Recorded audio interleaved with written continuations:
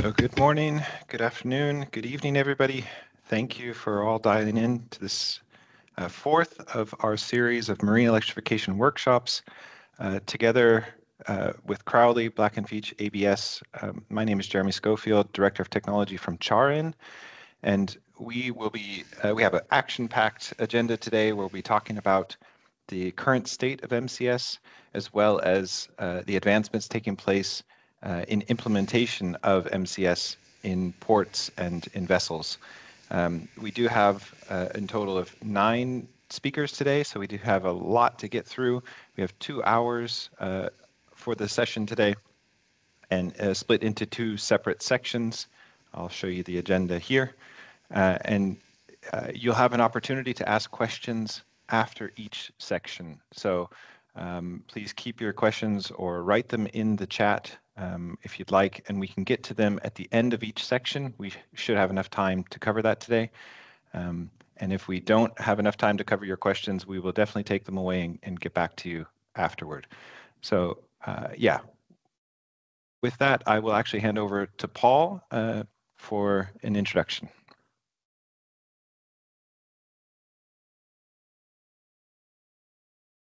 Yeah, perfect. Thank you, Jeremy. This is, you know, kind of an honor, I will say. I'm stepped in here last minute to help cover for Galen from MARAD. But I want to, you know, give a few comments as to the journey that we've been on. A little bit of background for myself. So I'm Paul Stiff with Black & Veatch. Been here coming up on a decade, and I focus on transportation decarb with you know, geographically, globally, and then in all modes. So this is right in my court as far as the opportunity for decarb and looking at it in each of these different market areas. And today here we're focused on maritime. So with Jeremy as well as thank you to the time and effort that has gone forward. We're already at the 4th one of these sessions. I was very pleased to be in person for the one that we launched in Long Beach, and then in the virtual one, and now Netherlands, and here we are. The journey that started in 2018 was primarily about commercial trucks. And it has, you know, what is the turnaround times required? What are the sizes of these batteries? And how do we get those vehicles, those commercial vehicles, turned back around on the road in approximately 20 minutes? As that journey has continued, it has developed into, if it rolls, flies, or floats, or digs, or many other you know, streams of work in the transportation sector and beyond, energy storage even. How can we enhance this for each of these different use cases? So whether it be mining, and that task force has been together for over a year now, whether we're here in talking about maritime or we're looking at aviation, it's all about how do we create something that is a viable, sustainable solution that will build volume in the market, consistency, interoperability, repeatability, and a good user experience for each of those use cases. Very pleased to, I'll introduce Jacques in a few moments, but welcome everybody again.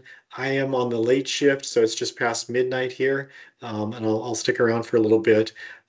It's something just to keep in mind that we're on a mission here, and in maritime, I do look at it as things that are very electrifiable, clearly ferries around the world, the harbor craft around the world, but to really get to that next layer, getting interoperability so that we can consistently and economically electrify them. With that, Jacques, I want to turn it over to you.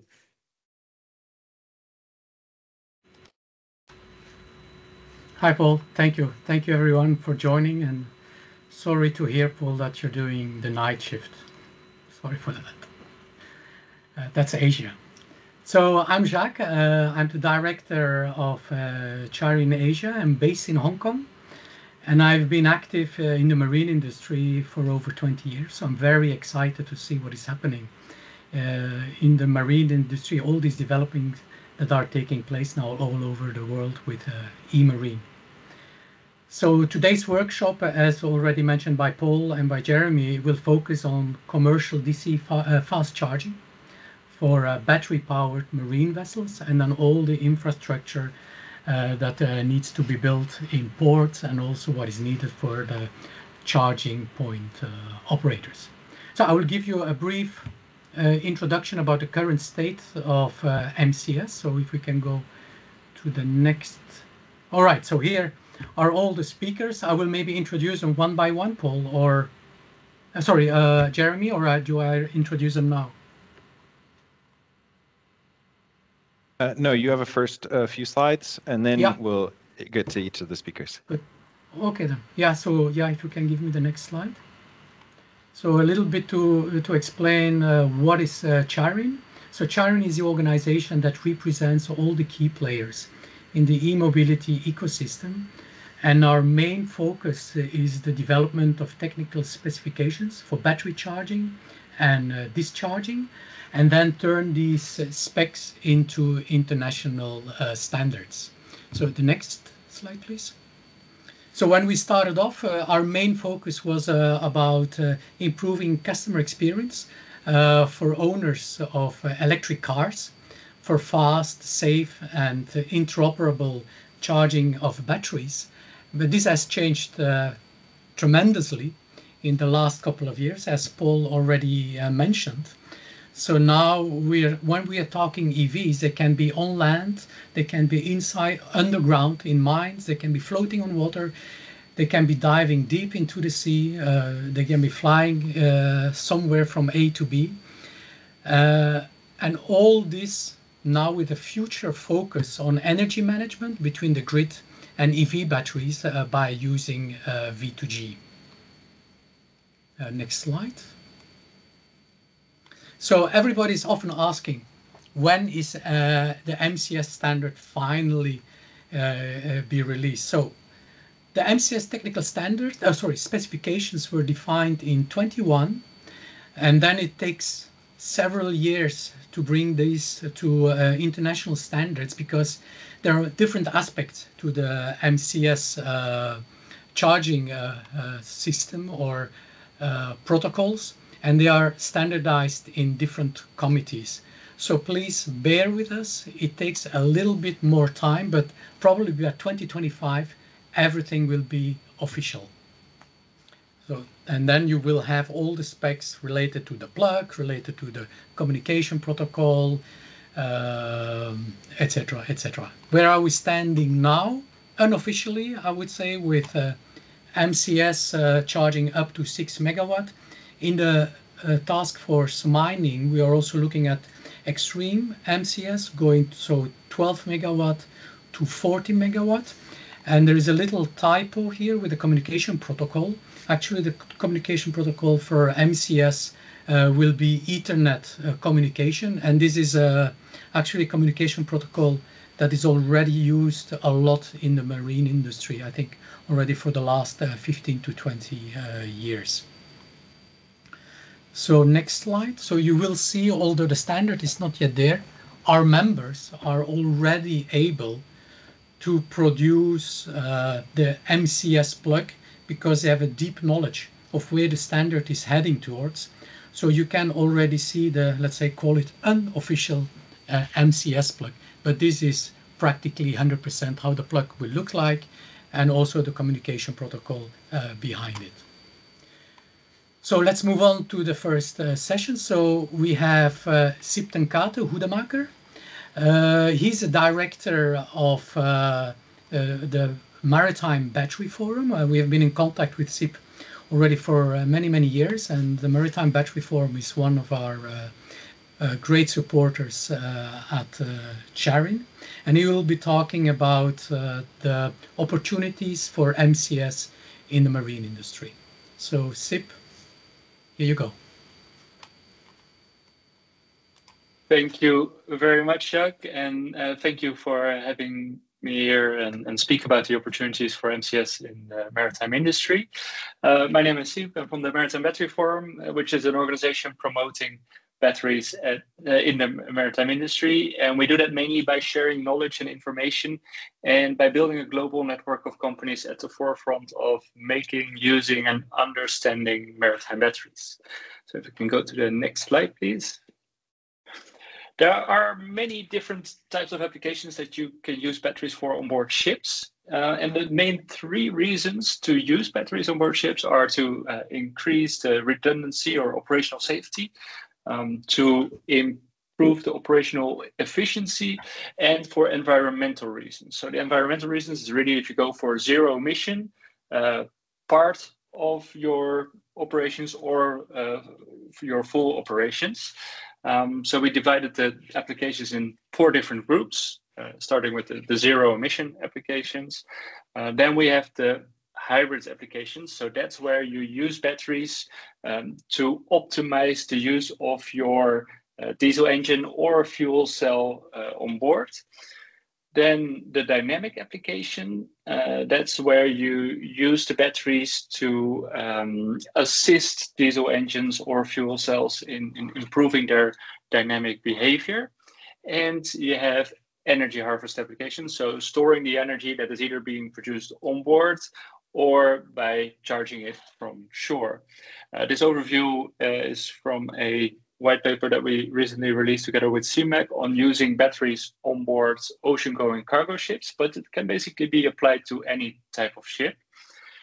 Most of these applications, they are for batteries, they are focusing on the hybrid systems. So then you have a battery system, but in combination with something else like a diesel engine or a fuel cell. So in those cases, a charging system is not per se needed, but having a charging system always significantly improves the energy efficiency of your overall system. Yeah, I will go further with what is happening with batteries on board ships. Here you see some graphs from our ship register, which is our database of battery-powered ships. And I will show it to you from some different perspectives. So the 3 graphs that you see here, the top one is the number of ships delivered with batteries per year. Then the second one in the middle is the total number of ships with batteries. So it's accumulating every year. And then the bottom one is the percentage of each category per year. So per year, it shows the percentage of ships with batteries that were of a certain category. What we see here is that passenger vessels, so ferries, are by far the most popular for using batteries, but also offshore vessels, fishing vessels, cargo vessels, any type of vessel that you can think of, they come in a battery-powered version. If we go to the next slide, then we will be able to see the same graphs, but then from a different perspective. Now we see what kind of technology they're using on board. So if the ships are hybrid, plug-in hybrid, or pure electric. So hybrid is you use the batteries in combination with a diesel engine or other type of engine or fuel cell. Then same is for the plug-in hybrid, but then you have a dedicated charging system. The pure electric ships obviously have a dedicated charging system. Otherwise, you won't get very far with them. The majority of the battery-powered ships out there are hybrids, but we slowly do see an increase also in the pure electric and plug-in hybrid systems. And we believe that having a standard like MCS to support the maritime industry can definitely help in getting more plug-in hybrids and pure electric vessels out there. And so from now on, I will only look at the pure electric and the plug-in hybrid ships because those have chargers. So we want to understand what do the ships, what kind of ships have chargers already, and what do they expect from chargers. So here you see on the left the same graphs, but then for just the pure electric ships, and on the right for the plug-in hybrid ships, and again based on the categories. So for the pure electric ships, it's mainly passenger vessels. So ferries are obviously the easiest. They go from A to B. You know where they charge, when they charge, and how long they have to charge. So that's obviously a big one for battery power. But for the plug-in hybrid ships, you see different categories going forward. So a lot of fishing vessels, also offshore vessels, some cargo vessels, tugboats, anything that you can think of. There it becomes a bit more a mix. Because all these different ship types have different operational profiles, that might be not doable for only battery power, but they are good for having a charging system. And if we go to the next slide, we will see the same graphs again, but then on the area of operation. So where in the world are they sailing? Well, the pure electric ships, we see them a lot in Asia, Europe, and Norway. Norway, when talking about battery-powered ships, is its own continent. Then if we go to plug-in hybrid, there we see definitely a majority in Norway. That's where they have a lot of experience in making these hybrid systems, including a dedicated charging station. If we go to the next slide, then we will see the type of battery chemistry that is being used. So different types of lithium-ion batteries are used on board ships. In the earliest years, we also saw some lead acid and nickel cadmium, but from now it's all lithium-ion, but different types. NMC is the most popular. For the pure electric, you see a bit more mix with other lithium type of batteries, so LFP, LTO, NCA. For the plug-in hybrid, we mainly see NMC batteries being used. Then if we go to the next slide, then we change the graphs a little bit because now we're looking at the installed battery capacity. So again, on the left for pure electric, on the right for plug-in hybrid, but the top graph is now the total installed battery capacity on board ships per year. The graphs in the middle show the total installed battery capacity accumulated.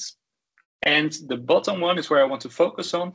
That's the average installed capacity per ship type. And then how it is evolving over the years. Because what makes a ship or ship type interesting for MCS? Well, you probably need to have a decent sized battery if you want to be able to take multiple megawatts of charging, but you also need to have a ship that has an operational profile where you really benefit from increasing that charging speed, or reducing the time that you need for charging. If we look at the pure electric ships, largest average batteries we see on cargo vessels. Now, cargo vessels, depending a bit on the type, if they need to have a quick turnaround time, but with these increasing battery sizes, they can definitely benefit from MCS. But what we also see here are tugboats. The offshore vessels, maybe in port, they will have a bit longer time, but specifically offshore, it might be very interesting to really have short charging times.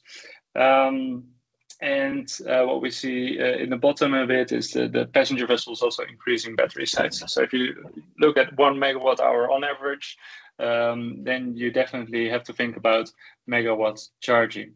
For the plug-in hybrid, the largest group or the largest average batteries are installed on board cruise ships. Now, for cruise ships, I think we'll probably need to have the something more in the region of the MCS. These need a lot of power for a long time.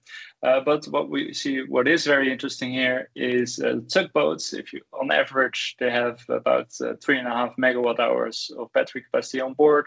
Well, if you can charge that within the hour, then that really benefits your operations with your tugboat. But also passenger vessels, workboats. Those are ships that have relatively high battery capacity installed and that needs a quick charging time. So then we go to the last slide. All these statistics, they come from our ship register. If you have any questions about specific insights or statistics, please reach out to us, let us know, and we can help with that. And then I want to thank you all for listening today. Thank you, Sip. The question will follow at the end of all the sessions. Yep. So now our next speaker is Woo Yun. Woo Yun Seo. He's the principal engineer at CharIN. He's a director of Intelligent Energy Test Lab.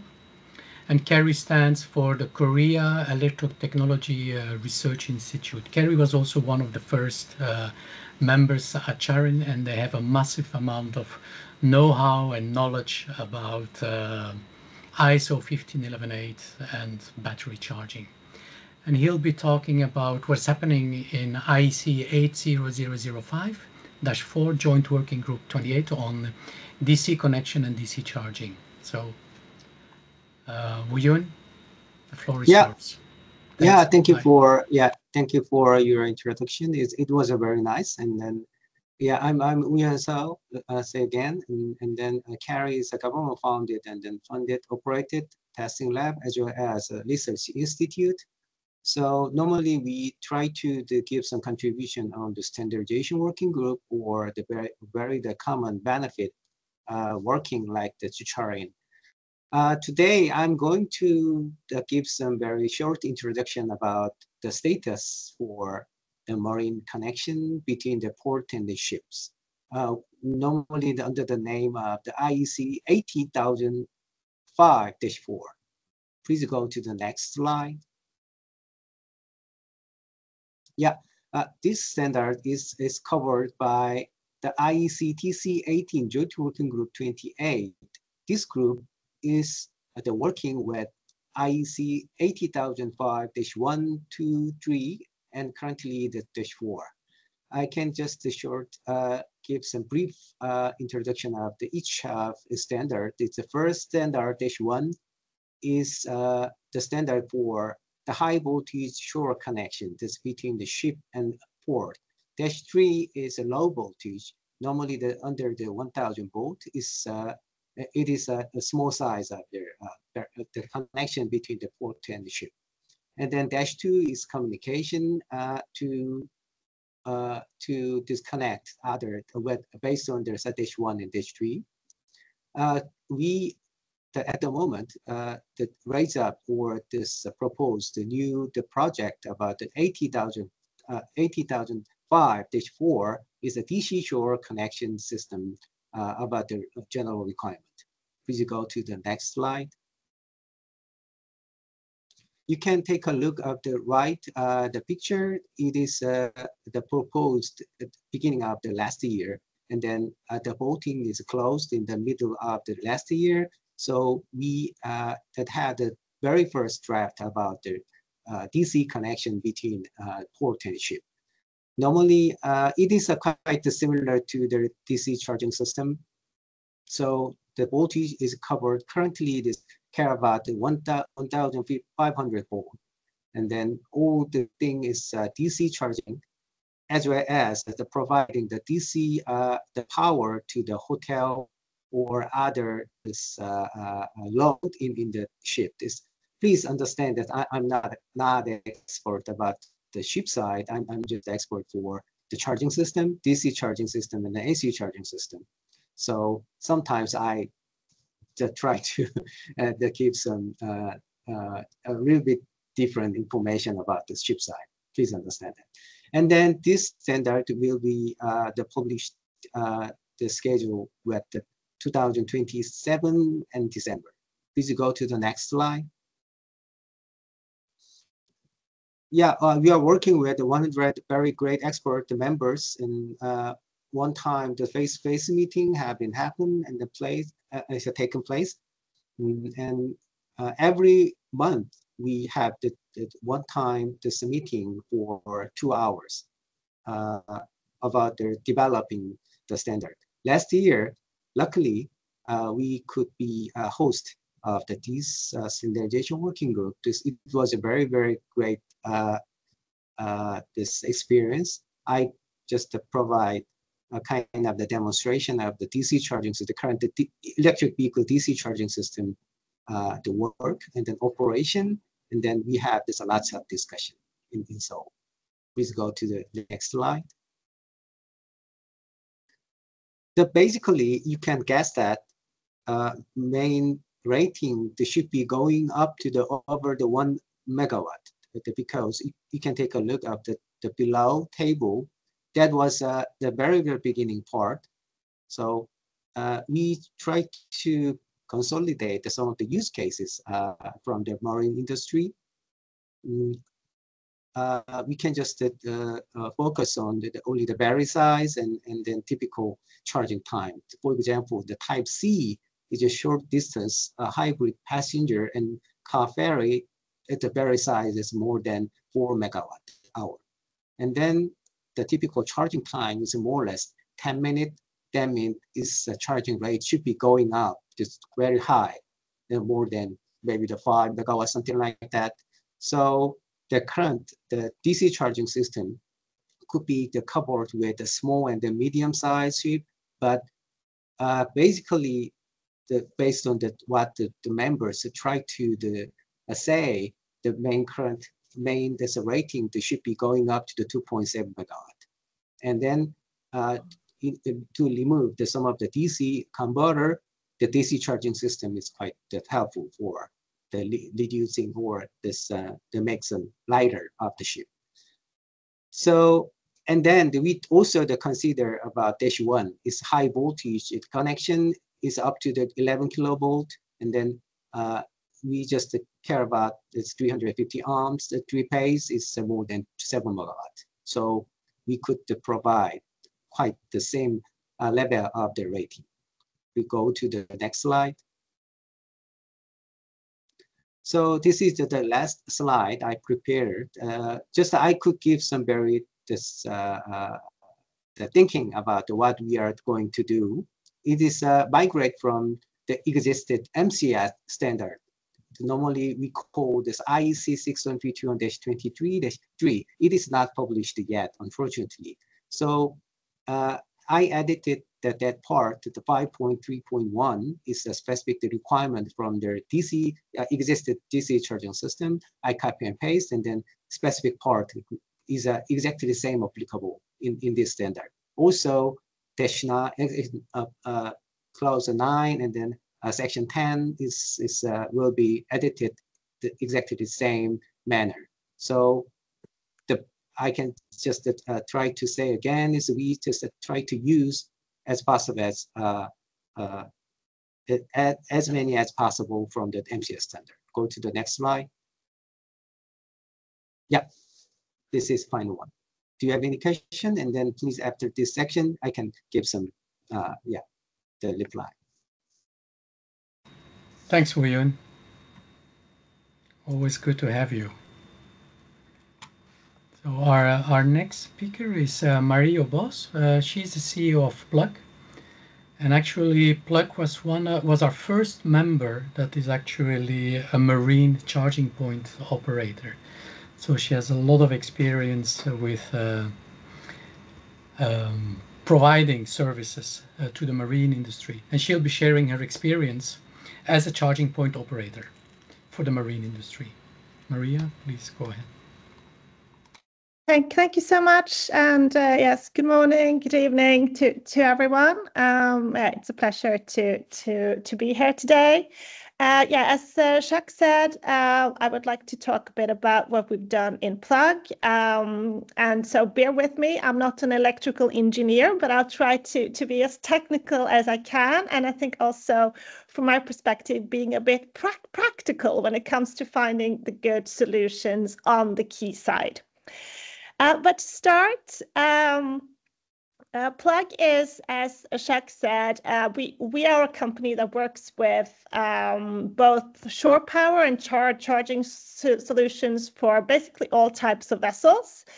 We're owned by a large Norwegian company called Eviny, which has more than 100 years of experience in both investing, building, and owning electric infrastructure, grid, and things like that. And Plug is then their company within the maritime industry. On the map, you can see some of the locations where we have shore power infrastructure in operation.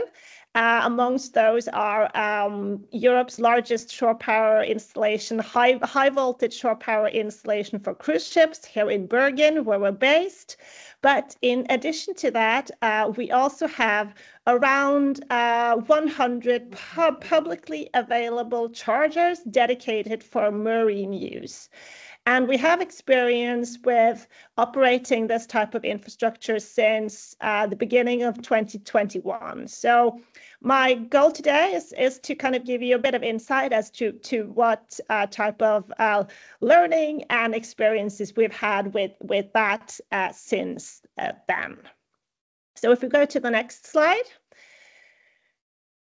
There are definitely lots of similarities between charging of vehicles and charging of vessels. But obviously, there are also some, I would say, major differences. And as I said, we've been working with at least CCS charging since early 2021. And I think one of the main differences is that in general, we will see, and we do see, more tailored solutions within the maritime industry. So unlike cars, ships often need more custom solutions. Every ship is different. And then you also have the tide that you need to take into consideration. So, and it's not always possible to put the equipment on a floating jetty. And therefore, I think compared to charging vehicles, tailored solutions and also flexible shoreside solutions is important and will become increasingly important as we move forward, and we'll have more fully electric and also hybrid vessels that will need not only shore connections, but also a high power charging like MCS. And when we're talking about the tailored solutions for vessels, cable length is obviously something that comes into consideration. Ships often require longer cables compared to vehicles, and obviously ensuring that these cables are durable and efficient is key. When we're talking about that, the IP rating is obviously really important. And, the water and the harsh conditions, there is definitely a need for durable equipment. And we have experience with CCS that it's definitely working, but we need more suppliers that are, making equipment that is for marine use, and that they're also ready to give us guarantees that these things will work for in a maritime environment. Cooling solutions is also something that is typically being discussed. We obviously need that when we're going to have high power charging. But there's then often a trade-off, at least as of today, between the length of the cable and how much power you're able to supply. So we're really anticipating better solutions in the future for that. And then obviously also today, there may be some ships that need more power than we can provide as of now. So all types of charging solutions in the future that can provide more power will definitely be needed. When it comes to the charging of larger vessels, there are maybe some drawbacks because both CCS and also MCS, they are designed for vehicles that primarily rely on batteries and charge directly to the battery, while as larger ships with fixed DC voltages may need to run the charging through a DC-DC converter. And by doing that, you kind of reduce some of the benefits of MCS, such as weight savings on the vessel side. However, I think it's really important to also say that you still have lots of valuable aspects with the MCS charging. One of them being that it operates on low voltage, which reduces operational complexity. And also it's the possibility of standardizing the systems. I also wanted to touch upon the need for automated solutions. We see that obviously sometimes due to not having too much time at port, automated solutions may be needed. But based on our experience, at least, if you're able to do things manually, it definitely reduces complexity.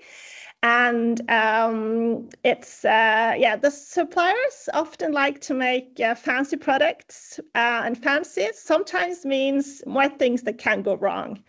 So at least from our perspective, keeping it simple and using manual solutions when it's possible, it's definitely a good way of making sure that you have reduced complexity and also keeping operational cost at a low level. So it doesn't take too much time to plug in a cable or two. So that's a good thing about MCS going forward. Last, I wanted to touch upon standardization. Being a Norwegian company, and as it has been said earlier today, lots of things that happen around electrification in the marine side in Norway, but the lack of standardization is a major challenge. We have some key sites today, especially in larger cities, where we have more than one vessel coming in and needing charging. And with no standard, we're actually seeing multiple charging technologies being deployed on the same quayside, which is not a very good way of building this type of infrastructure. So we are really rooting for standardization, and MCS is definitely a simple and efficient way of charging. So hopefully going forward, we can agree on a standard for this type of charging.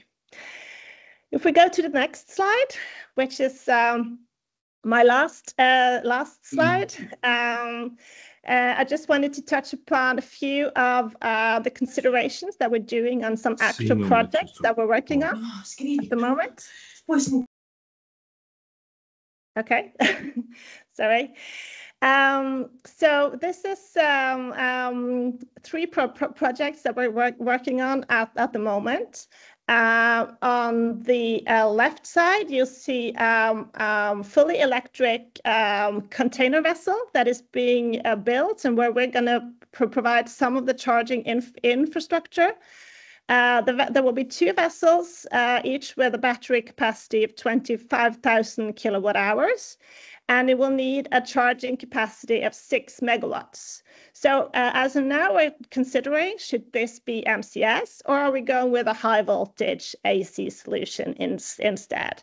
And when we're considering the technology to use here, we definitely need to see what kind of other use is it possible to do with this charging or shore power in infrastructure. And obviously also thinking about cost and the risk related to this. So this is not yet decided, but we're thinking about either MCS or a high voltage AC connection for these vessels. In the middle, there is a new vessel that is being built. It will transport both around 100 persons and also some cars. And there we have decided that we will build MCS charging for this vessel. So it will be a 2 megawatt charging solution, and it will be in operation early 2026. And last but not least, in Norway, we have lots of ferries that transport both people and cars. And some of these ferries have today are electrified, and they spent not so long time at berth. So they may need automatic solutions to charge, but we currently have a few projects where we're seeing that the vessel is spending enough time to have the time to plug in two cables, and where it will be possible to use MCS going forward and doing it, as I said, keeping it simple and making sure that the vessel gets the charging capacity needed. So to end up with my last slide, if you can go to the next, in Plug, we are ready to build and invest and also operate charging infrastructure going forward. We believe that MCS is and will be an important part of the infrastructure that we will build in the future. And we're rooting for all types of standardization, because that will make it the infrastructure that we're going to build both more efficient and also better and more economically if we can do it, and more vessels can use the same technology. Thank you. Thank you, Maria. Great supporter of MCS. Thank you. I'm looking forward to hear more from you later on about those vessels that are being built or are in the design stage. So our next speaker now is Senthil Kanayan. He's an engineering manager for marine ports at ABB, and he will be talking about fundamental components and marine deployment in the electrification sphere.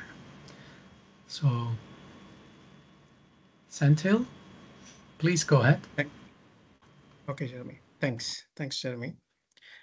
Thanks to the forum for having me here. I'm Senthil. I'm part of ABB Marine and Ports Division. We are based in Singapore, and I'm from execution department in terms of technical. We have quite a takeaways from this session today, and we are going to cover today the fundamental components of MCS, the pre-work process for understanding the system before the standardization,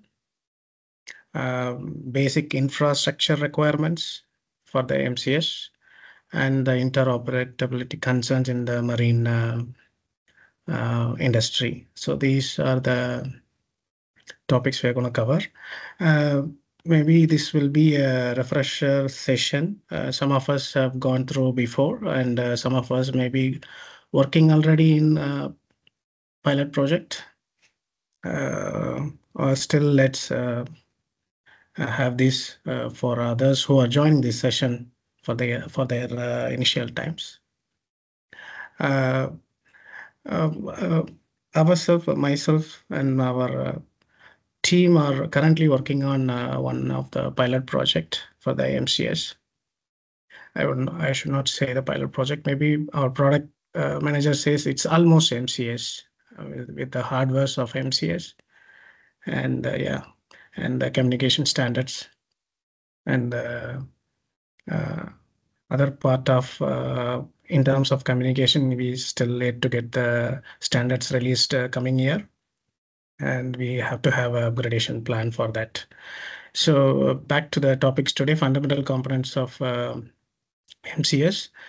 These are very essential for the effective and fast charging of electric marine vessels, majorly zero emission vessels, which is pure electric vessels. It could be a river cruise, water metro transport vehicle, or ferries or tugs even. So come to the fundamental components. There are 4 high power connector, just going to be the plug and the socket, and the cooling mechanism, safety features, and the communication protocols.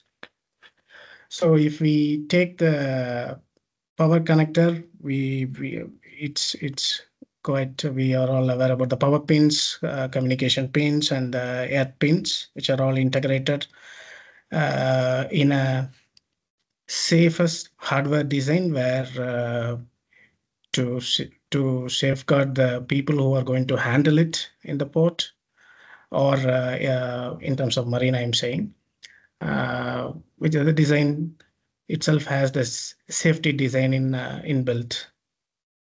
And the cooling mechanism, this plays a major role in here in this charging system, being it's going to be the high power, and the good amount of high current is going to pass through in the between the exchange of power between vessel and the shore connection stations.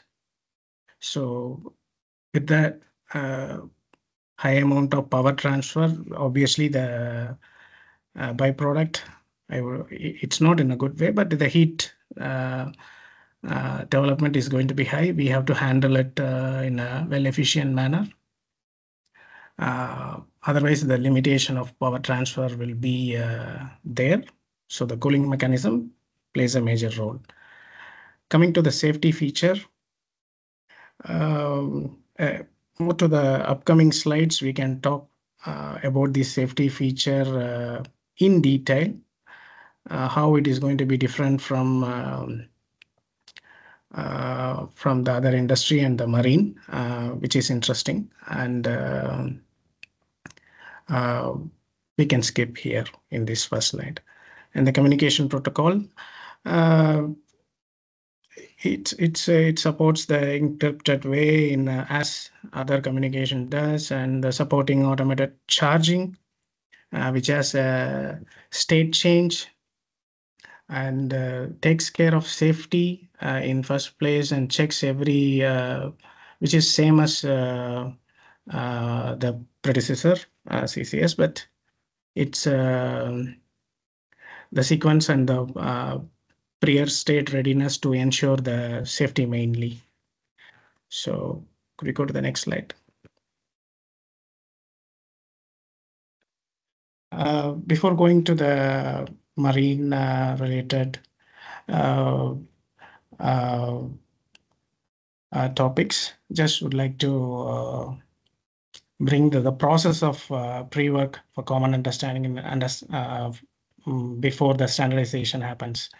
So this is has been ensured by the forum and the committee, stakeholder collaboration, technical specifications, safety compliances, pilot projects, and the public awareness. If we take the stakeholder collaboration, everyone from the industry are getting engaged like this, who are all included: stakeholders, shipbuilders, regulator bodies, and port people. So this is happening. And the technicals, coming to the technical specifications, we have a specification in place now with the voltage and the current levels, hardware designs, communication standards, and now it is getting marinized for the marine industry, I would say.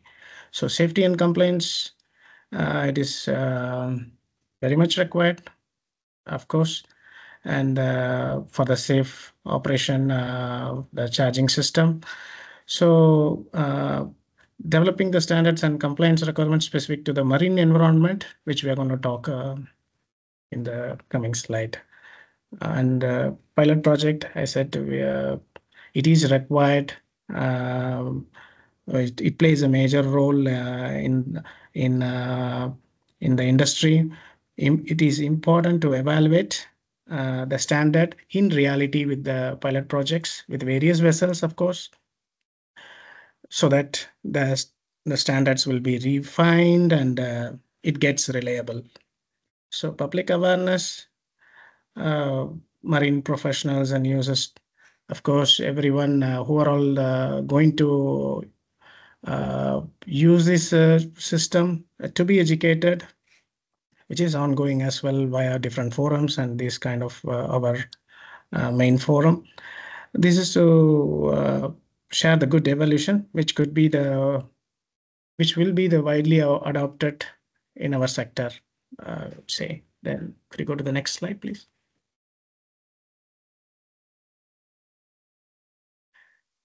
Yeah.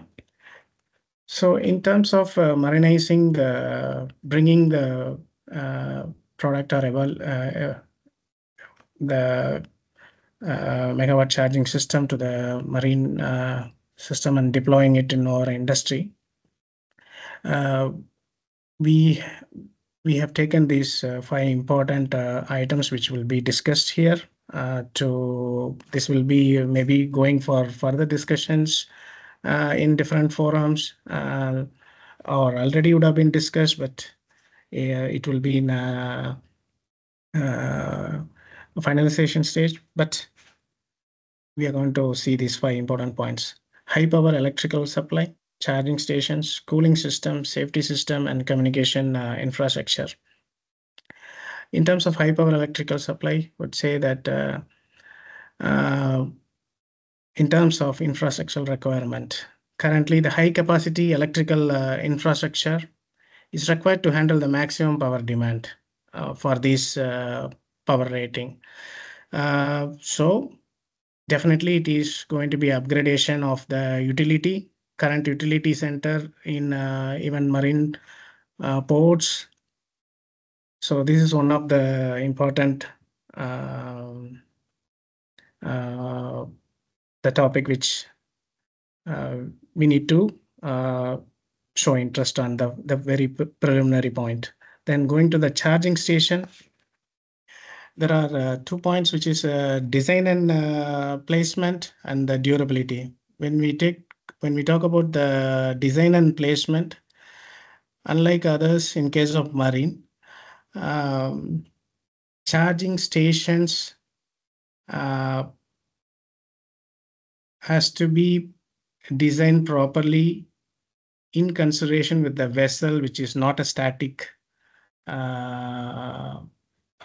part, like heavy trucks or other equipment. So it is going to have its, especially while charging, the vessel can be on with propulsion, or the human error could happen in terms of mooring. So basically the vessel is not the static one. So the placement and the cable design for the power cable design for the charging station has to be with the operational window. So that is one important element we should take care. I'm going to the cooling system. So this we have talked about it. In marine, exactly what we have to think about it is different weather condition it is going to be get placed, the charging stations. If it is the cold environment, then the cooling system, apart from the cooling system design itself with a different anti-frozen and all those things, which has to be considered now. We are well familiarized in terms of our vessel design, but it has to be brought into our charging station design as well.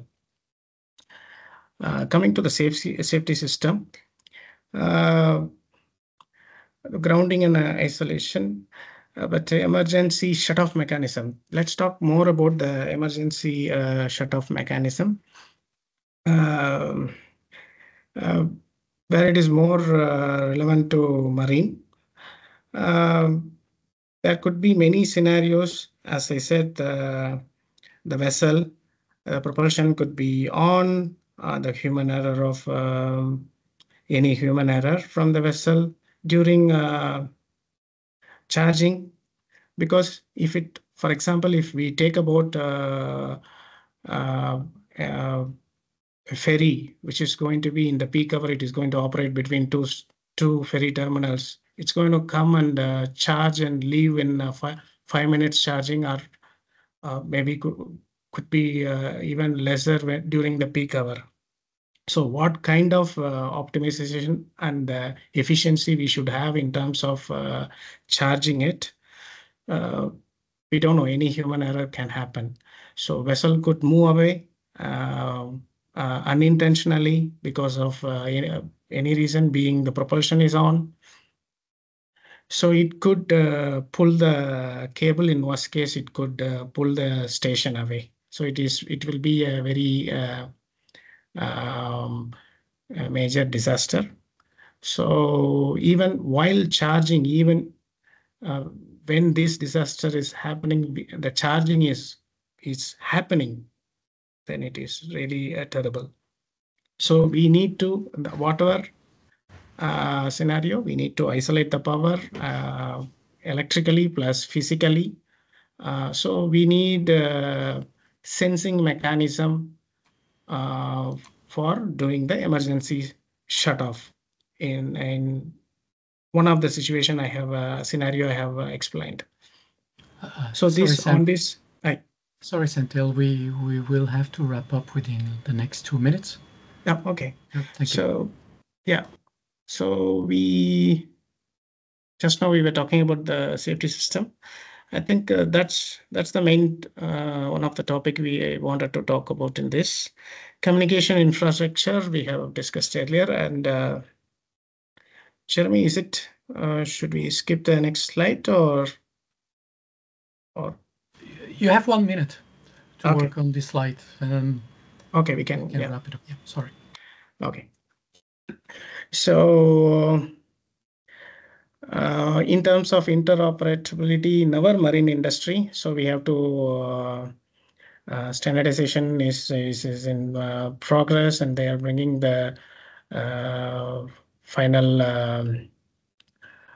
standards coming here.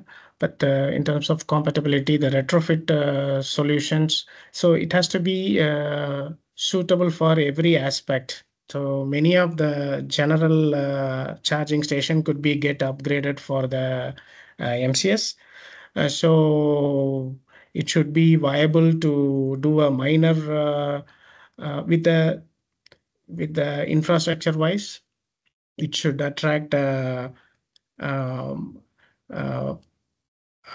acceptable level of modification to have this upgradation of MCS from the current general stations. So it should be suitable for that.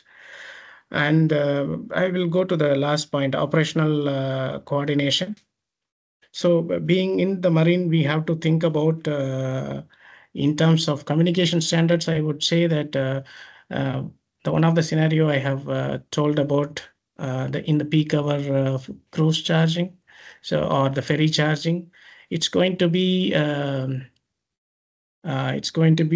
to be very efficient. And in the power grid side, there could be any limitation in terms of power deliverable. So a smart system and the smart control system has to be developed to optimize and to have an efficient charging of these ferries, which are multiple ferries in the same port. So yeah, I will close with this, Jeremy. Thank you, Senthil, for your presentation and your in-depth experience. Jeremy, is there space for a question? Yes, we do have some time for questions. All right. I don't actually see any questions in the chat, but if anybody would like to ask a question, please raise your hand and we can take you off mute and you can ask a question to any of the speakers of the first session. Are there any questions? If there's no question at the moment, oh, there is. Good. Yes, Kaushik. Go ahead. Yeah, hi. Good morning, everyone. I have a question for Maria Boss from Plug. Could you tell us about some challenges for you outside Norway? We know Norway is very advanced in the electrification setup. Thanks. So yeah, challenges outside of Norway. I think we're seeing, well, in general, when we're talking about electric infrastructure, it's obviously getting enough capacity down to where it needed. Grid capacity is definitely a challenge, both in Norway, but also outside of Norway, even more, I guess. That's probably the main challenge. And then from an operational perspective, also when it comes to operating electric infrastructure and selling kilowatt hours, the way that the grid tariffs is, the way that they are around Europe and also in Norway is definitely a big challenge. High fixed cost is a barrier towards electrification in general. When it comes to technical barriers on the equipment, I think maybe my colleagues are even better to answer those questions. But as of now, at least, we do see that the equipment that has been on the market definitely should have been or should be more robust towards the maritime environment, and that's not something that is just outside of Norway, but obviously could even be more challenging in the very northern part of Norway, where we have very cold temperatures and snow and ice as well. So you will see different types of challenges, at least from a practical perspective, everywhere. So I'm not sure I answered your question correctly if you wanted me to be more technical, but from my perspective, I think there are very common challenges that represents, that is representative both from Norway and abroad. No, thanks a lot. Okay, yeah, thanks a lot, Maria and Kaushik, for the question. We do now have actually a few questions in the chat. We'll try to answer 2 of them and then move on to the next session. So there's a question for you, Senthil, and I think it's also for Voyun from a standards perspective. Kumar Vulari asks whether or not a ship can move while it's charging. Senthil or Voyun, do you want to comment on that?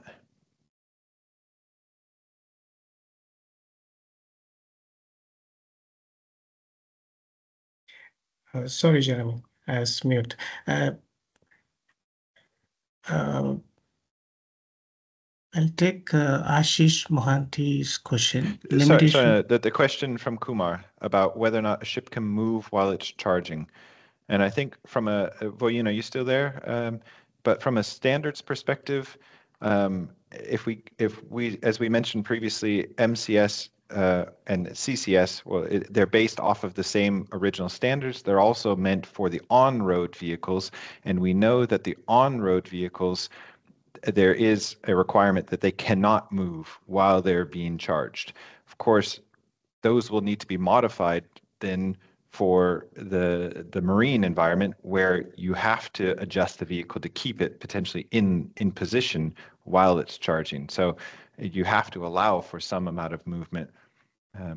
Voyun, is that now being incorporated into the standards?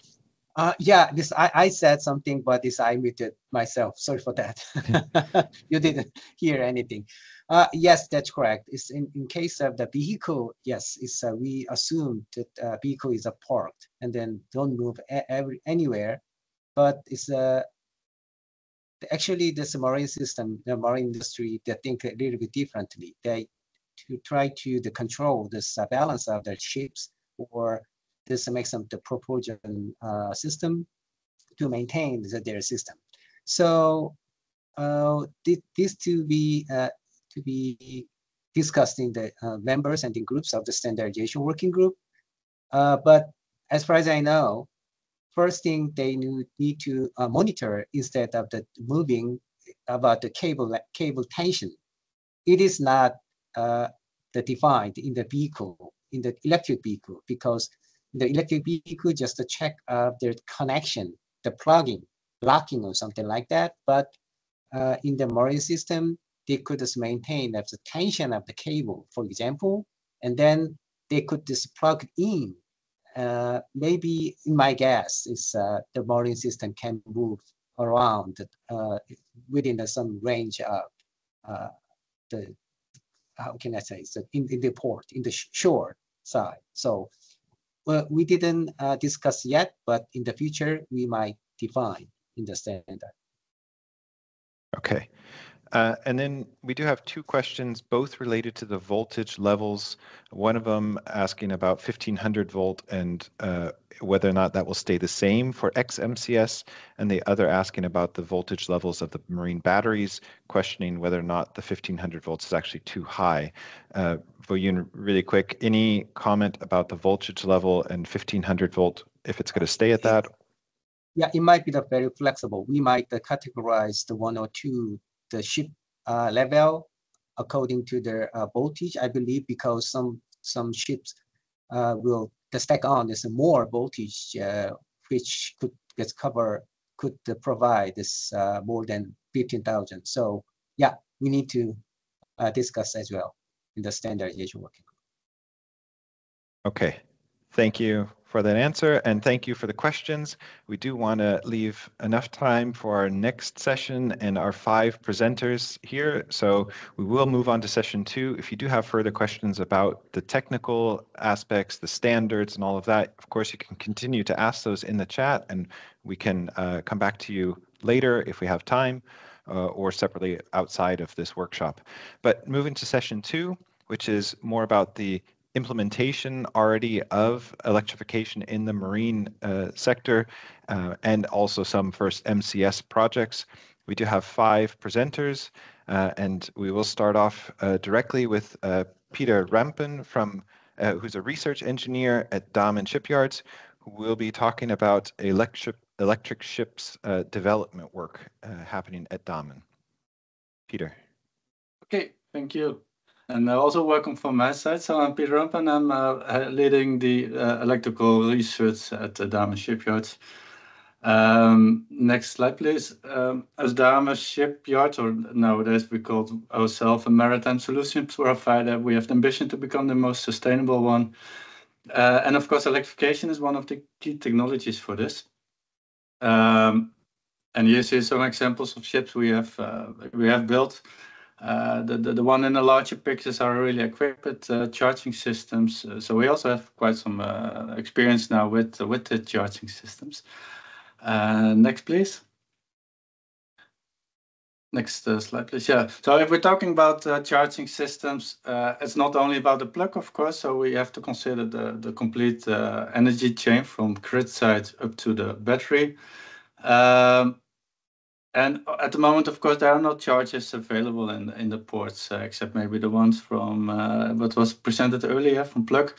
But especially more for the megawatt charges, there are not, let's say, public charges available. So at the moment, as a shipbuilder, we also deliver and design the charging systems.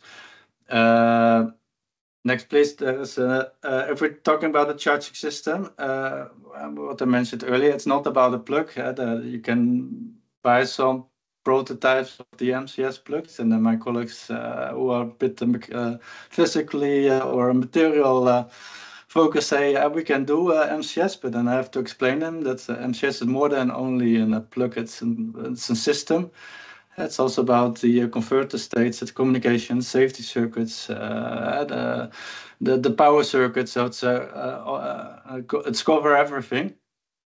So we have some experiences now with charging systems.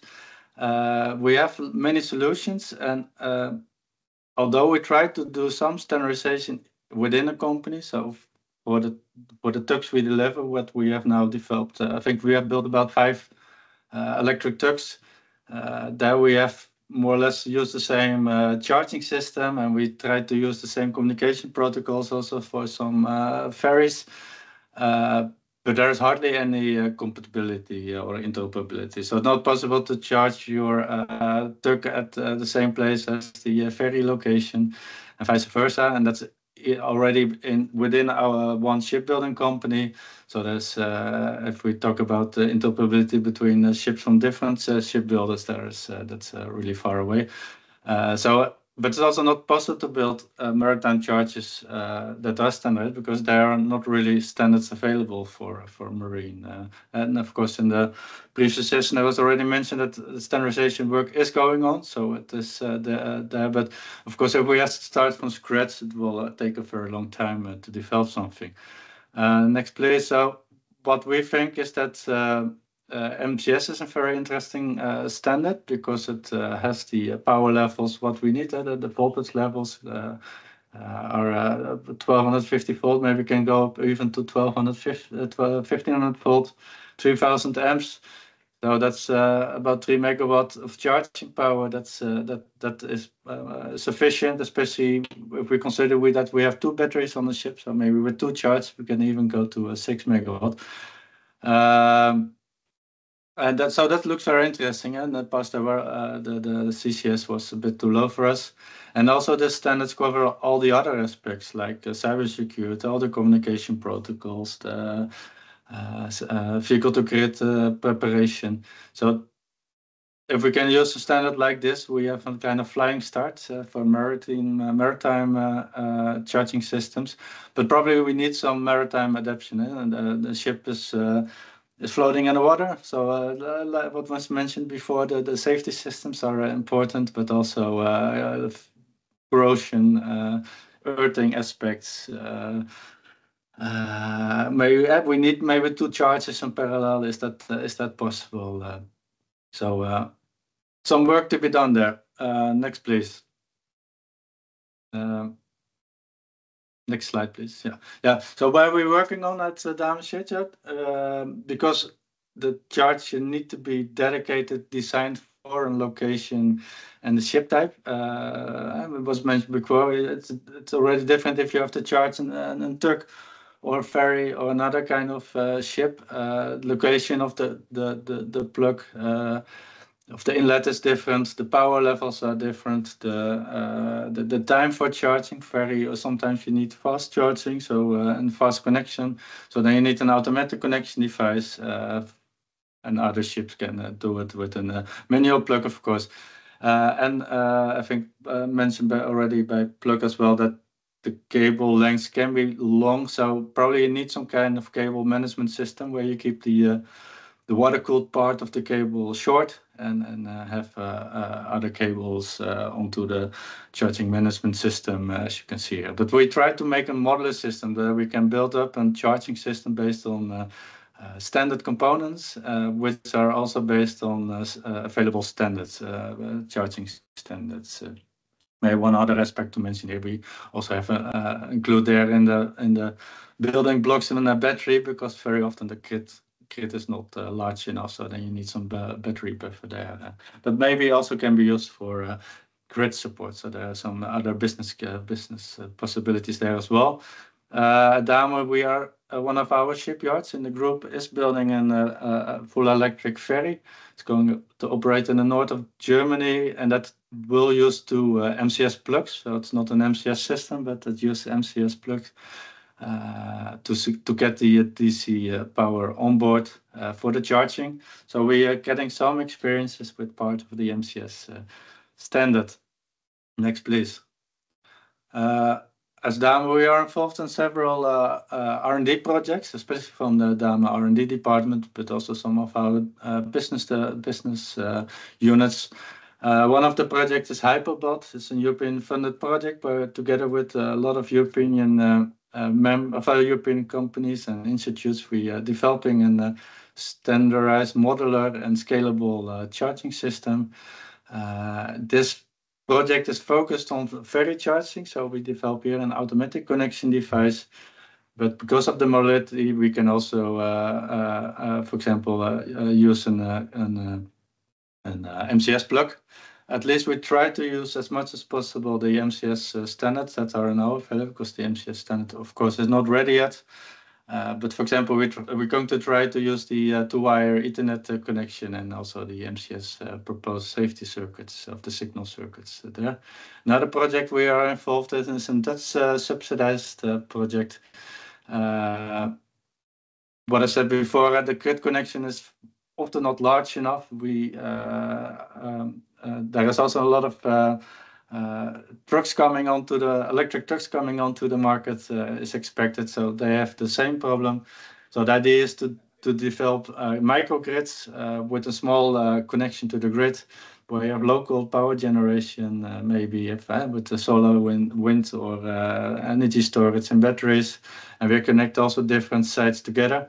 So that's called charging energy hubs or some local microgrids. So we're looking at charging of heavy vehicles, but also ships. Our main focus is that the implementation of the MCS for ships. And of course, we are also involved in the standardization, what was mentioned before, and the Joint Work Group 28, where we work on DC standards in 8005-4. Yeah, to conclude, the MCS for us is a very interesting standard. It covers power levels and it's a very complete standard with all the necessary for example, communication protocols and all the other aspects. Maybe it needs some maritimization, so we need to maybe make some changes or adaptations, or at least get experiences in implementation. We have to think also about testing. I know CharIN is organize a lot of testivals, but I'm not sure if that's possible to do that logistically for maritime as well. So we have to think about how to test the interoperability and compatibility. And of course, this kind of charging system will also lead to new business opportunities for companies like Plug or other charge point operators. Or maybe we can also use the batteries on the ship for grid support with the vehicle-to-grid opportunities. So that with this slide, I've finished my presentation. I want to thank you all for listening, and looking forward at the end to have some questions. Okay, thanks a lot, Peter, for the great presentation about some of your experiences already and the expectations in the future.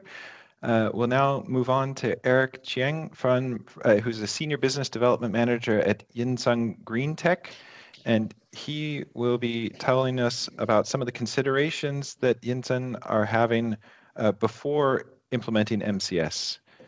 Eric, take it away. Right, thank you. So thank you everyone for this opportunity to share. I'm Eric and I'm part of Yinsung Green Technologies, or YGT for short.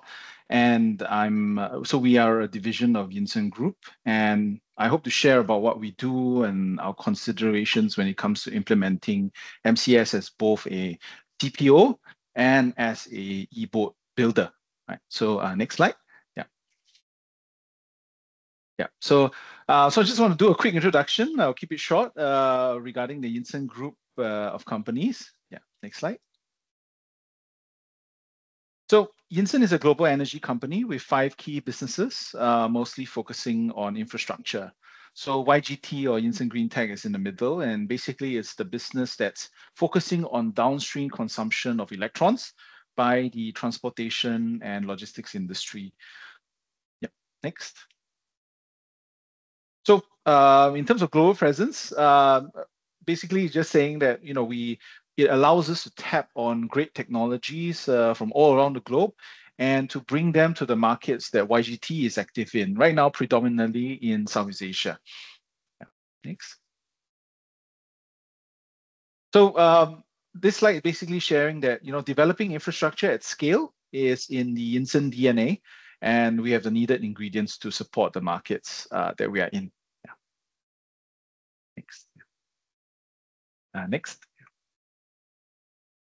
So just a little bit about YGT.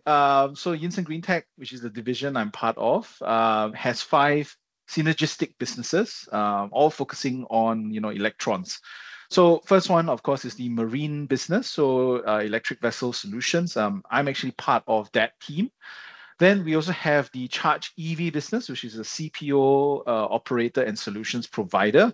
Then we have Drive EV and Ride EV, which is basically, we buy electric vehicles and electric bikes, and then we lease it out to businesses that want to transition but may not want to upfront the CapEx.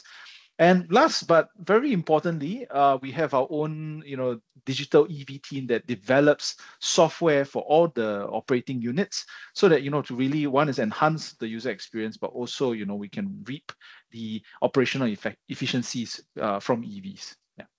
Thanks. So basically all these ecosystems work hand in hand.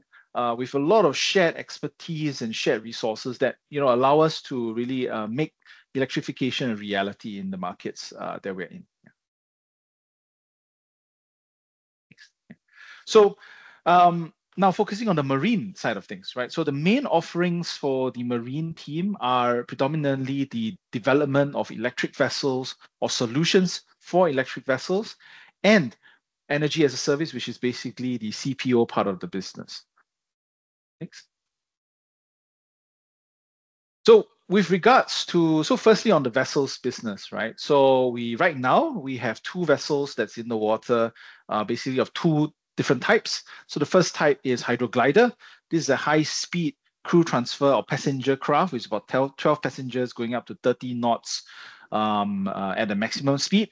I think what's special about it is that it has basically wings under the water that helps reduce its power consumption by up to 80% when it's flying. Next. Then the next vessel is the hydromover. So hydromover is already in operations. It's basically a port services vessel that predominantly brings cargo for the maritime industry in Singapore. And it is also the first in Southeast Asia that is swappable ready. So you can put swappable batteries on the vessel. You can use swappable batteries on the vessel. And just want to share that both vessels right now have CCS2 connectors and are using CCS2 as an option for charging these 2 vessels. Next. Then, in addition to that, so on the energy as a service business or the CPO part of the business, so we have two forms of giving electrons to the vessels. I think first is the one that we're pioneering, which is that we are the first one to introduce swappable batteries for the marine space. I won't go too much into that today, but happy to chat offline. Then the second part, the next slide. So the next one would be more in terms of the direct charging options that we provide to our users, right? So this is, we are already a major CPO onshore. So about 400 charge points in Malaysia are developed by us, are owned and operated by us. And we are also bringing that into the marine space, right? So starting with CCS2, but of course, very enthusiastic about MCS as a standard. Yeah. So just a quick sharing about these 2 businesses is that we, as a CPO, we can provide electrons to any party, be it those that build our own boats or those who have vessels that are not built by us.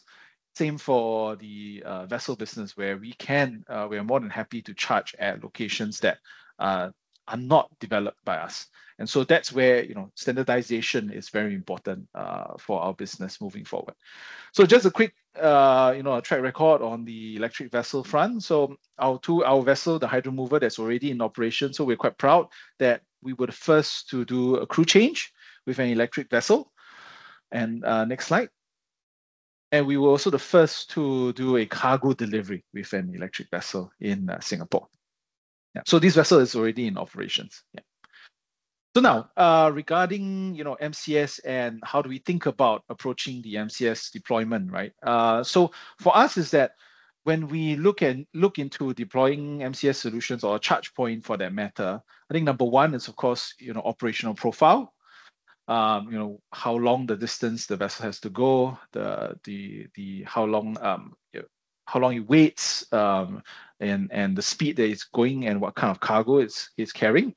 But we also look at then the next thing is the specs of the battery, for example, to meet that operational profile, and whether the battery, for example, complies with the different, some charging options that's in the market.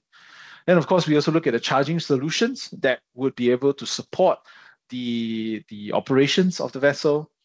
Then we also need to look at where's the ideal site for the charging location to be, right? Where we prefer it to be. And then, of course, evaluating that site readiness. So, of course, MCS being megawatt charging standard, the thing about it is that rarely do we find ideal sites that have that spare capacity ready, right? So it may have a few hundred kilowatt spare, but rarely a megawatt, right? So most of the sites, when we look at MCS and if we are serious about deploying it to its maximum potential, absolutely we probably have to upgrade the substation and the capacity of that location. So then this comes in, of course, then to the commercial viability, right? And whether it makes sense, because at the end of the day, these costs would have to be recouped from the operations of the vessel. And rarely do we see that it's a straight, clear-cut case where immediately everything works, right? We have to go back and innovate around each of these requirements as part of the process, typically. So I won't go into step by step, but maybe just some pointers around, say, some of the key parts of this process. Yeah, next slide. So as an example, so our hydro mover as an example, it's basically a port services vessel where we bring supplies to visiting ships to Singapore, and distance about 40 nautical miles, right? So this several trips a day, and our goal is to have shorter charging intervals as much as possible, because that's where the economics of an EV shines with more utilization. Yeah. Next slide. Yeah. But of course, we also need to look at, if we want to implement MCS, right? What are the charging communications and what's the battery sizing that we're talking about? Because if you have an MCS solution, but your battery is small, may not make sense as well. So for us, we're quite happy that, I think MCS as a standard is using the same communications protocol as CCS2. And where it matters is in terms of the battery makers, right? Whether their batteries and their BMS can comply with these standards. And of course, the other innovations around the MCS connector. Thankfully, it seems to be the case. Second, of course, then batteries are getting larger. So our hydro mover right now goes about 40 nautical miles. We want to double or triple that range. And our current battery size, however, is only about 420 kilowatt, right? So it looks like, based on our studies, that we may need to go larger, much larger, maybe megawatt range, for example. Next slide. Then, of course, in terms of looking at ideal sites, so of course, it's best that the loading and charging be at the same location or as close as possible. But Singapore is it's a small country, and our waterfront space is not the same as Norway, for example, right?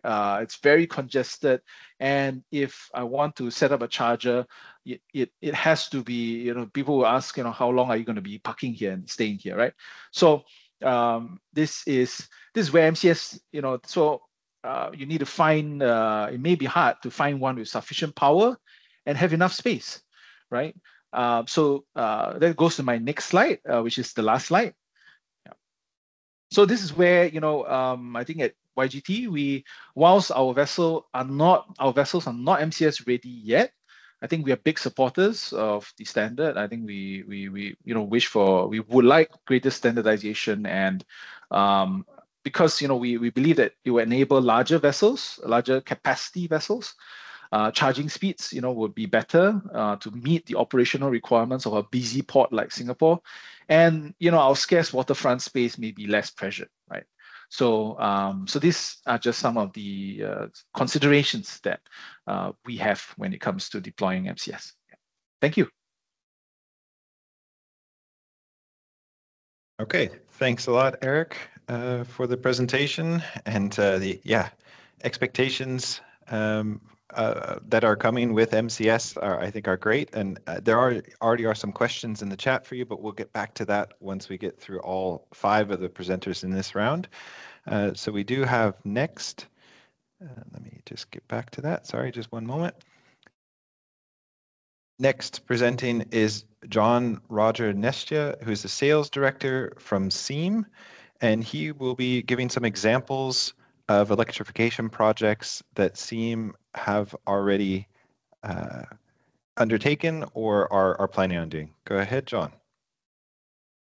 Thank you for the introduction. Good morning, good afternoon, and good evening from Bergen in Norway. Thank you for having me. Yes, and we are a company located in the west coast of Norway. Next slide, please. We are an old company coming from automation, and it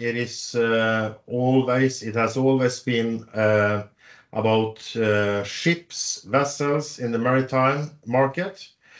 But in the late 10 years, we have become more of a power and automation provider. So today we are around 160 engineers, more or less, all of us. In Norway, we are relatively big when it comes to market share as well. And as you will see later on, we have more than, in fact, more than 80 vessels today. Next slide.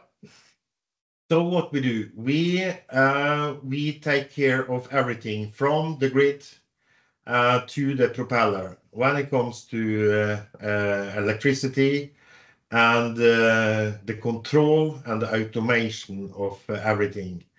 So we are a one-stop shop, taking the risk on our shoulders, helping shipyards to be able to make complex full battery and hybrid vessels, and helping the ship owner to really get a good and reliable vessel working in this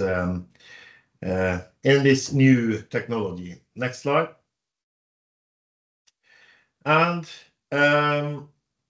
this type of vessels have sort of changed our delivery structure as well, because we are not only a supplier of systems that goes on board the vessel, because now we are looking at plug-in charging, and hence we have to take care of the land-based infrastructure as well. So in a lot of our projects, we are taking care of everything, as I said, from the grid, from the power grid, through the charging system, batteries on shore, charging tower or cable reels or whatever. And in combination with the system on board, we make all the communication and the control of all this equipment, both on board and onshore. So here comes the MCS in as a tool for us. The MCS plug is really a welcoming system and a standard that we really are using as we speak. Because before MCS, we had a lot of different solutions, as I will show you later on. So next slide, please. When it comes to battery vessels, we have in our portfolio a lot of cruise and ferry, as you see. In Norway overall, there are around 90 full battery electric vessels, ferries. And out of those, we have 53 of them. And as you can see at the top, charging system is as well a high number delivered from us, because normally that's the part of the vessel. The equipment on shore has to fit seamlessly with the system on board. So you have to look at everything together to make a reliable system. And for many of these ferries, there is a quick turnaround. So let's say we have 3 to 4 minutes to charge several kilowatt hours. So that means we need to connect maybe 4 or 5 megawatt and to charge 4 or 5 megawatt for, let's say, 3 minutes onto the ferry. So that's a very typical way of charging many of these car ferries in Norway. But as you see, batteries are evolving into different other segments as well. Merchant is growing rapidly.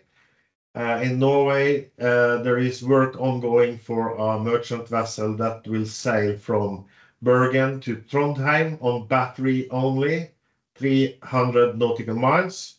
So things are evolving quite fast in this battery world. Next slide, please.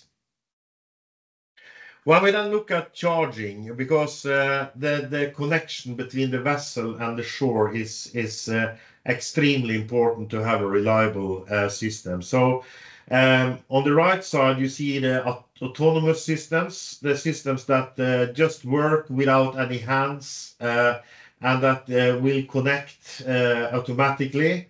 And we have to use them if we have just a few minutes, or if we have, let's say, 60, 70 turnarounds per day. You cannot have people plugging in and plugging out 70 times per day. Then we need something that is fully autonomous. But on the left side, we have all the projects that we have with manual plug, and where we have we are really welcoming the MCS plug for different type of cable reels or towers. Next slide, please. I would like to just bring you into a project back from 2018, and we didn't have any MCS plug at that time, so we had to use another plugs. In this case, in Norway, it is a full battery vessel that is charged from shore, and we could only get 1.2 megawatt from the grid, so we had to put some batteries on shore. That's quite typical to have a container or a house on shore with batteries. And in this case, we are then pulling 1.2 megawatt from each cable, one from the grid and one from the battery. Next slide, please. At the other harbor, this vessel is then sailing 2 hours and charging for 20 minutes. We have the same solution. In fact, the grid is weak here as well, so we could only get 1.2 megawatt. And we have then 2 cables. So I would say in this case, the people on board are unplugging around 5-6 times per day, and the plugging process takes maybe a minute and a half. So it's not a problem to have 2 cables and 2 plugs, and that's the way we increase the charging capacity as well with MCS plugs. In some cases, we are looking at having 6 MCS plugs in parallel to reach the charging level we are looking for. So of course it would be good with higher capacity, but in some cases we are just making them in parallel, at least if you are only plugging for our overnight stay, then it's not a big hassle. But as I say, if you do it many times per day, then you need to go for something automatic. Next slide, please. Yeah, in this case, we didn't have space on shore to put batteries and charging system on shore. It was sort of a narrow space, so we had to build a power dock, a floating dock with the batteries inside, the transformer inside, the charging system inside, and with the charging tower on the top. Next slide, please. And so that looks like this, and the ship use this as a walk to shore platform as well. And the good thing is that this follows the tide, so you have no restrictions when it comes to the tide. And you can see the 2 cables are hanging there from the tower. And these cables are winch operated, so they will be winched out and winched in for charging. Next slide. Lately, we have developed our own charging tower, which are completely manual. This is not winch operated. It has only counterweights inside, so making the cables easy to pull down and to plug in for the crew on board. And we have based this on MCS plugs, and they works very fine. Happy with that. Just one wish would be to be able to have a bit longer cables, as someone else have said here as well. In some cases, that will be a really good solution to have longer cables. Next slide, please. Yeah, so we welcome the megawatt charging system. Definitely, we are using them in several projects now, and looking forward to this becoming a real standard. But I believe that when we now are implementing them all over, I think we are almost already there, that this is our standard. So next slide, please, and thank you for having me. Yeah, thanks a lot, John, for giving us those great examples, and also the request as well for some improvements on the MCS standard, which I'm sure companies are working on the longer cables. Now, moving on, we do have two more presentations. This one from Tommy Fun, who's the founder and CEO of Pyxis, which is a startup company formed from 13 companies to develop innovative solutions. Go ahead, Tommy. Thank you so much. Hi, everyone. My name is Tommy, and I'm from Pyxis. So what Pyxis is a collective of 13 other maritime companies. So we own and operate a fleet of 250 vessels, from tugboats, ferry, pilot vessels, survey vessels, multi-cats all together. So this is a picture of how the Singapore River looks like many years ago. For those of you who have ever came to Singapore before, very, very different place. You've got a few pictures coming up. So in the past, there wasn't the big Tuas port, container port. It looks like that. So this is how it all started. So particularly as a company that's based in Singapore, maritime is really important. It represents our past and today our present, and moving forward into the future to a greener and more digitalized future. Next slide, please.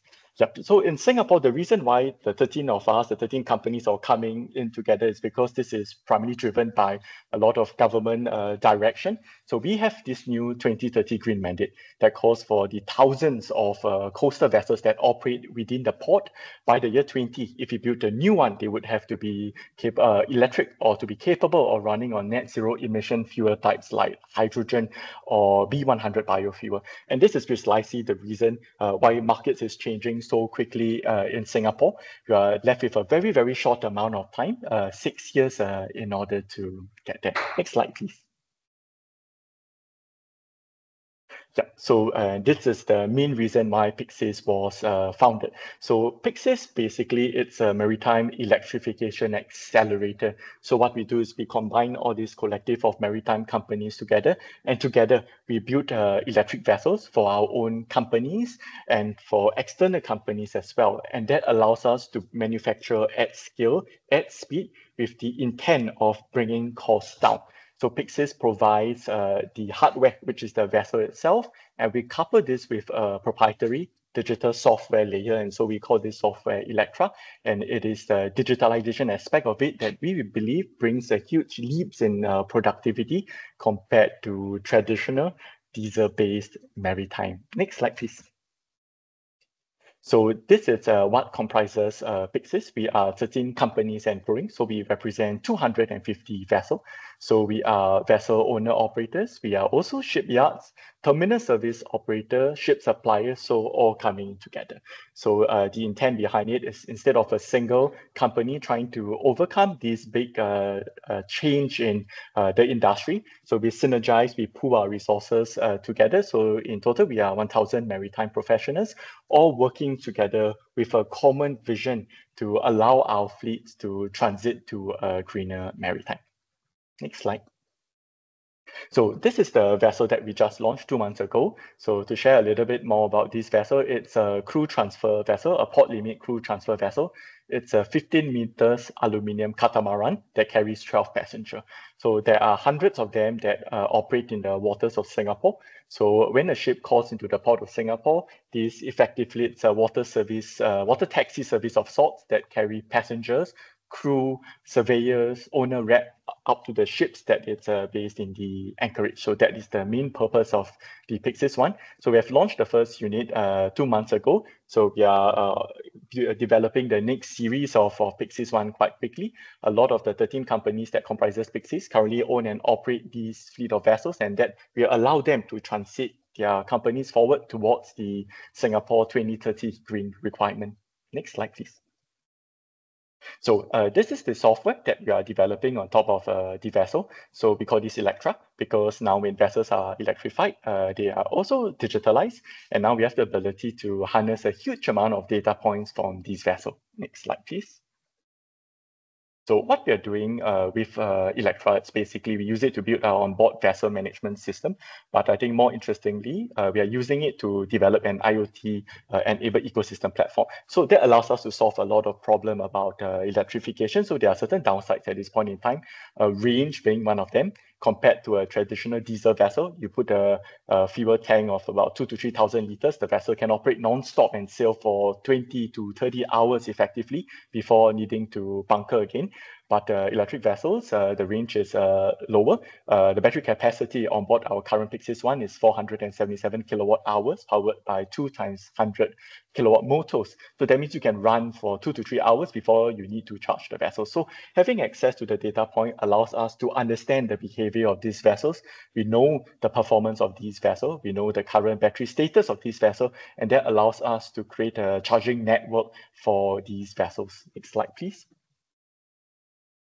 So this is the third part of what we do, charging. So building a network of smart chargers across the island. So we don't manufacture our chargers ourselves. Rather, we work together with different charger manufacturers in order to implement and to do this. Next slide, please.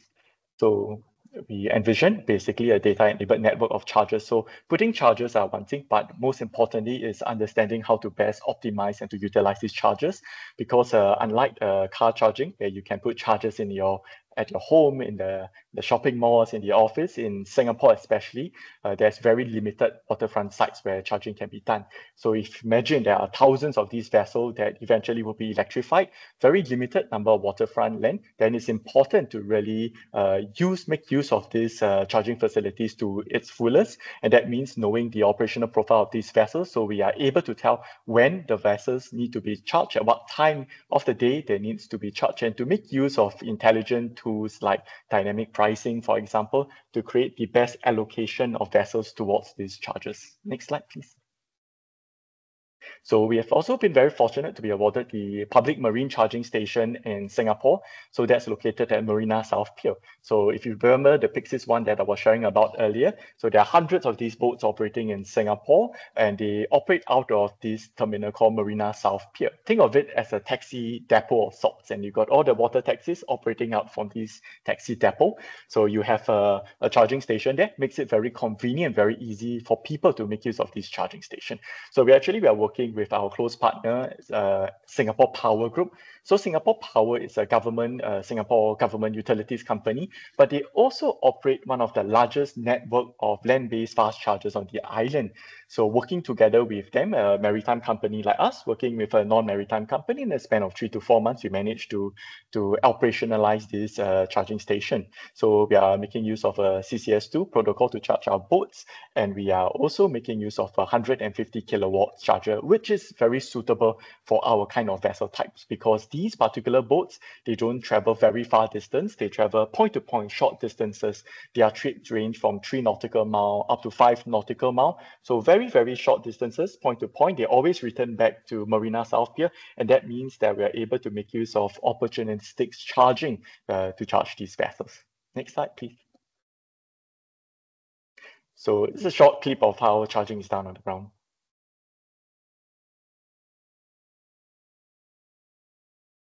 think the video is a little bit lagging, but basically this is a clip of where the Pyxis one is usually operating from. That's where we've installed the CCS 250 kilowatt DC charger located at one of the landing steps. So whenever the vessel comes alongside to embark or to disembark passengers, now we are able to charge the vessel very quickly, very conveniently. Next slide, please. So for us, megawatt charging systems, we believe it's a key enabler for us. So like what we shared earlier, our kind of vessels, right now the Pyxis one, 477 kilowatt hour battery capacity, they travel really short distances, 3 nautical mile, 5 nautical mile. We can perform multiple trips a day. They go back, forth, and they come back again. But in Singapore, there are 1,600 of these vessels that operate within the port coastal vessels. The Pyxis one are the water taxis or the port passenger launches. That's only one subsector of them.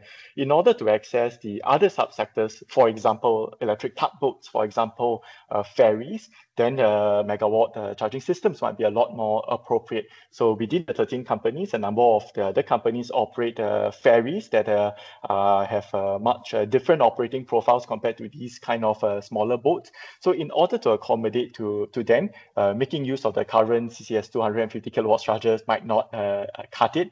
So, and that's where we find having MCS allows us to unlock the potential for a lot more vessel type. And especially so for Singapore, because we have a limited shore area, a very limited waterfront land. So making use of MCS allows us to increase the turnaround of vessels, ease off the congestion away from the already limited waterfront land that we'll make use of these charges. Yeah. So next slide, please. Yeah, so that's basically a short overview of what we do in Pyxis. We represent the industry. So we are basically looking at this as the industry changes. We are turning this into new opportunities to grow, to allow our individual companies to pivot through this new green transition and to make use of this platform in order to grow and to expand out of Singapore. And the key way to do this is to meet partners and to forge strategic partnership like what we have done with Singapore Power Group. We hope to be able to form a new partnership with different people in Singapore around the world, from equipment manufacturers to energy companies to shipping companies, to allow us to build a complete ecosystem for our market to turn greener and to become more digitalized. Thank you so much, and please let us know if you got any questions later. Thank you. Okay, thanks a lot, Tommy. We are running over, so we do have one more presentation from Jesse Makinen, who's the segment owner of Marine and Ports at ChemPower, where he'll be talking about the first marine-specific MCS charging infrastructure. I hope everybody will have an opportunity to stay and hear the entire presentation and also ask questions at the end. But I'll hand over to Jesse to get started right away. Hi, good morning. Good day from Finland. So my name is Jesse Makkonen. I'm working for ChemPower. And if you know the ChemPower, so ChemPower is the DC fast charging manufacturer based in Finland. Of course, we have a global footprint. We have also operation in Southeast Asia. My background is coming from the marine world. When I was earlier working for ABB Marine almost 10 years. So I have been following the maritime electrification quite closely. Next slides, please. So this is like defining what has happened there. And as I mentioned that I have been participating in the marine electrification quite a long time. And the picture was taken in the left-hand side was taken like 2016 from Sweden, where my first charging project was happening. And during the time, all the chargers were like tailor-made, built by the integrators, but then beginning of 2020, these open standard charging powers increases. And of course, during the time, there was discussions that maybe also this open standard could be used for the maritime charging as well. And now, of course, we have a lot of like references regarding these charging solutions for maritime in ChemPower, mainly in the Scandinavia, in the Mediterranean. And these are perfect or using the CCS2, it's a perfect showcase for the leisure boats, for example, which Maria was talking about. And then, of course, in the future, when the power levels will increase, thanks to the MCS, we are looking at that we can start electrifying and charging even bigger vessel segment, for example, in the short sea shipping segment. Next slide, please.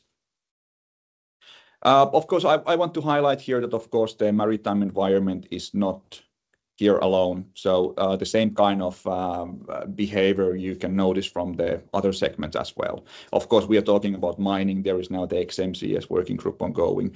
Aviation is a good example. Hard Airspace informed, was it this or last week, that they are now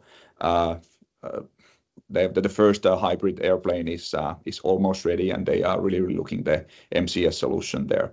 Of course, the truck segment, they are like the biggest from looking the market share. It's one of the biggest segment there to electrify, and MCS is serving the long haul trucks there in this mandatory 45-minute driver break. And of course, in the port segment, there are big port machines like straddle carriers, and in that segment, the charging downtime is one of the biggest key issues there. So it's one way to decrease the charging downtime is to increase the charging power, and that's why we are also looking that the MCS is a very potential candidate there. Next slide, please. In this slide, I just want to highlight that, of course, there is a lot of technologies, a lot of power levels, but I think this is also a very good like a timeline also for the maritime environment. So, of course, everything started from the air-cooled or passive-cooled CCS2 chargers, and those were perfectly fulfilling the needs of the leisure segment. Then the liquid cools came, so the CCS was able to provide the continuous 500 amp charging. And now, of course, the CCS2 charging powers are increasing as well. And then there is the MCS level 2 and level 3. And the level 2 is the main market. There are the trucks, but then of course the level 3 is in the future, providing the 3000 amp. But next slide, please. In Kempower, we launched our megawatt satellite, mega charging platform in the beginning of this year.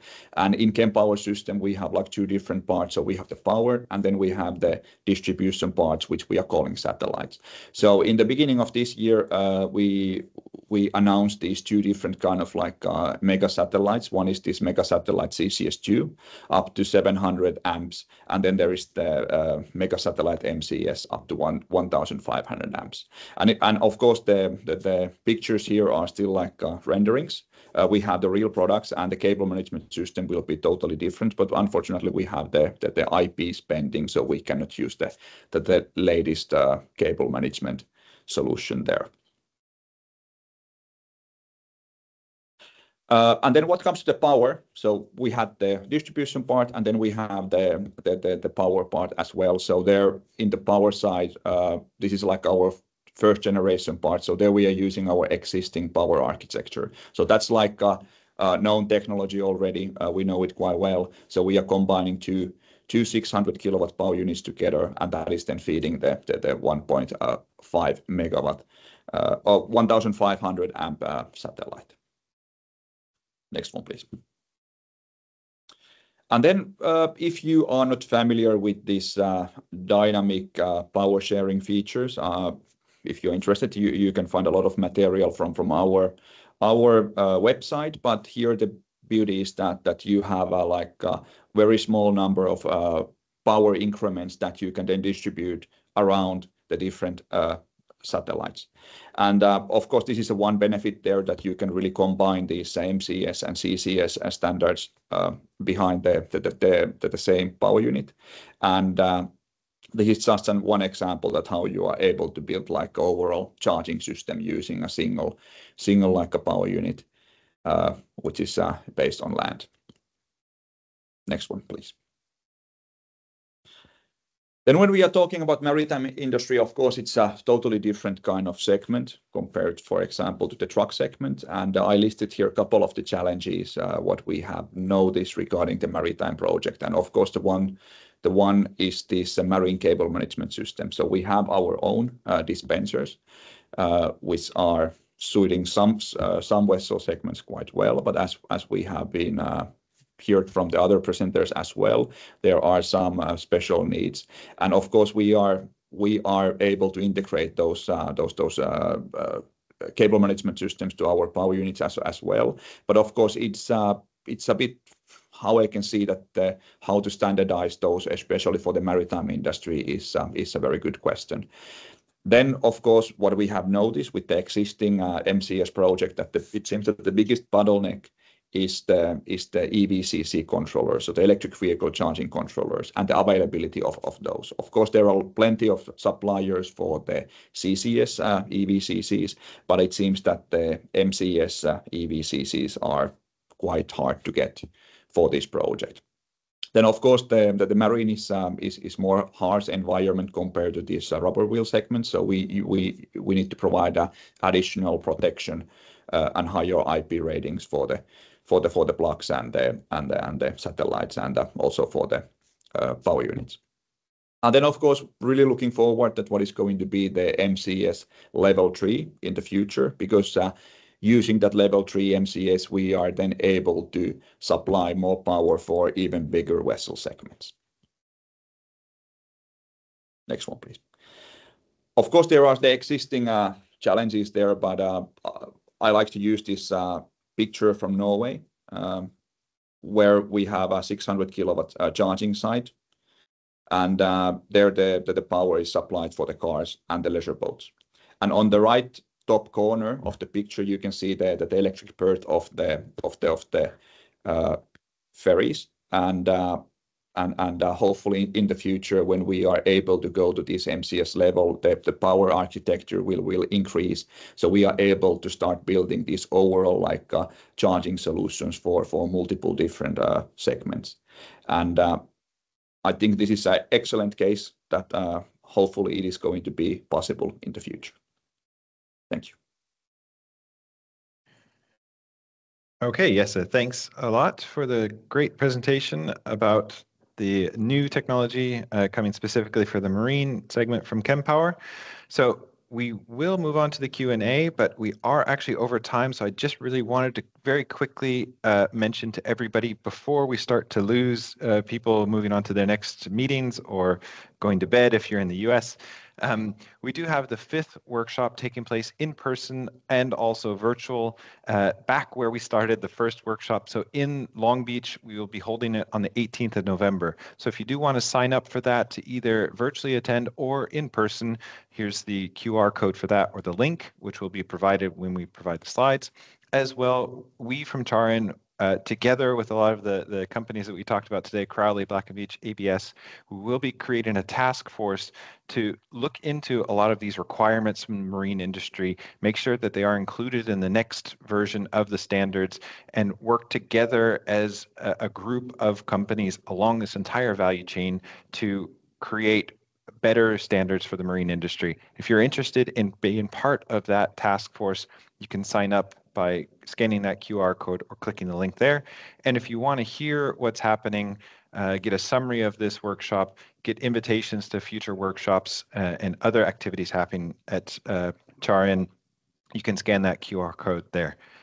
So thank you everybody for attending and for all of the great presentations. We will now actually come back to the Q&A session. If you do have a few minutes to stick around, there are some good questions in the chat now. So first question was actually to Eric regarding the typical amount of time that a vessel charges in Singapore. You did mention, I think Tommy mentioned as well, how congested it is. So how quickly do they need to turn around there? So Tommy's vessels and my vessels are in the same broad category for port services, but I think for Tommy's, I think he has even faster turnaround is required for his passenger craft.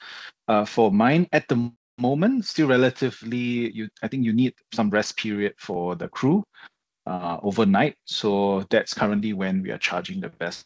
So it's about, and we need to give at least 8 hours of rest. However, what we are saying is really more related to more specific for EVs implementation, because for EVs is the marginal cost of an additional trip is so much lower than an ICE vessel. So that's where the money is made, right? So for EVs, it's a higher capex, but your OPEX is much lower. So your goal is to turn the vessel around a lot faster. And that's where MCS would be very helpful as we go into the larger battery sizes. Like for our vessels, the next generation, like I said, maybe going to a megawatt range or close. So then I want to do more jobs, right? So that my clients would be able to maximize the value from a vessel like that. Now that wouldn't be possible at the moment. So that's something that we are considering and why we are hopeful for MCS. And of course, yes, subsequently other vessel types like ferries and tugboats, same as mentioned by Tommy. That's where MCS really becomes necessary to even consider as a start. Yeah. Okay, great. Thanks a lot, Eric. We do have actually a few questions for John. Let's see, are you still there, John? Yes, you are. Okay, so a few questions about your technical delivery there. So cable tension monitoring for your manual tower solution. Do you have that? Yes, I believe so. I'm not completely sure how it is done. Then I have to dig into some drawings. Sorry about that, but Okay. yes, I believe you have a monitoring. Well, it was from another speaker, so Peter Rempen. You guys can hook up afterward to talk about that. And then there's actually a question from Paul as well to you, John, about 6 MCS connections. So we did hear that there are these different levels of MCS, 1, 2, and 3, with the 3 being able to go up to, maybe even 6 megawatts. So what's the need actually for 6 MCS connections on a single vessel? Well, the power in question here is 12 megawatt charging. So I mean, it was a discussion around cable length and if we could in fact use MCS. So it's still in discussion to let's say the amount, type of cable. We hope to end up with MCS. It's 12 megawatt charging, but it's only once per day. So it's charging during night. So I mean, if they plug 4 or 6 plugs, it doesn't really matter. They have plenty of time. Okay. So not needing to go up to that level 3 of MCS, trying to stick with the level 2 MCS, which is cheaper from an investment perspective. But of course, we do know, and we are having those conversations within CharIN about how do multiple plugs operate in terms of a safety aspect and so on. So that's interesting area to look into for the future. I don't think we have the time. Jacques has asked about the DNVGL rules. Don't think we have the time here to elaborate on that, but I think that will for sure be a topic for the future if those are official documents or guidelines. But yeah, it's interesting to hear that you're the first to implement the DNVGL rules for DC charging. So if you can provide more information on that would be really interesting, John. Yeah, I mean, as far as I know, it's only guidance yet. If not, something has happened lately. But as far as I know, it's only guidelines. Okay. Good. Then a question to Tommy. Whether or not it's possible to combine a CCS2 and an MCS charging plug on a single charger to serve different vehicles. I think technically it is possible, but might be better if maybe a charger manufacturer were to answer this question. If we understand, and I think for Camp Power, one of the slides was mentioning something about both of them being on the same charger. So technically it is possible, and for us as an operator, if it is, it's even better. Then we have the flexibility to use it for different vessel types. Yeah, and so Jesse, you showed that we have those power cabinets in the back that can support both MCS and CCS, and your satellites have just a single plug on it. But there are some satellites or some charging points that have 2 plugs on them. Could you have one plug that's an MCS and one plug that's a CCS? In the existing mega satellite platform, that is not possible, but I think in the roadmaps that could be considered. Of course, you can install like a one MCS satellite for the pier, for example, and next to the mega satellite, you can install the CCS2 satellite. So that's the solution now. But of course, in the future, the chargers are developing all the time. So. Okay. Great. A question to you, Tommy. Jörn from Cavotec has very closely looked at your video there, and he saw that in the last one where you're showing MCS charging, he's asking if it's a level 1 or a level 2 of MCS because the cable length looked a bit long, I guess, to be a level 2. So sorry, I wanted to just to clarify so that the last picture on the slide, it's not the MCS, it's CCS2. So that's the existing 150 kilowatt DC charger that we are using. So the cable length that we have for that is about 9 meters, 8 to 9 meters. So it's a bit heavy. So we actually had a little cable management system, a small little davit. So for the operator to lower down, so it's much easier for him to handle. I have my colleague Chun Huat in the call as well. Chun Huat, you got anything that you want to add in? No, I think that's about it actually. Yeah. So yeah, for now, no MCS. We're only using CCS. Okay, great. Thank you for the answers. And then we do have one last question in the chat. It's a question to Jesse. You mentioned the EVCCs for MCS are rare, hard to get. Who is your current controller provider is the question. Don't know if you want to give out that information, but yeah. Of course, as a charger supplier, we are not normally delivering the EVCC. So that's the integrator or the OEM who is providing those. As a Kempower, we are of course the charger side we are building by ourselves according to the standards. But I think there is multiple different suppliers in the market, and of course I am more than happy to support if there is any questions regarding the specific suppliers. Okay, thanks, Jesse. And then there is a question for the North America market, whether or not there will be an integration between the MCS standard and the UL standard.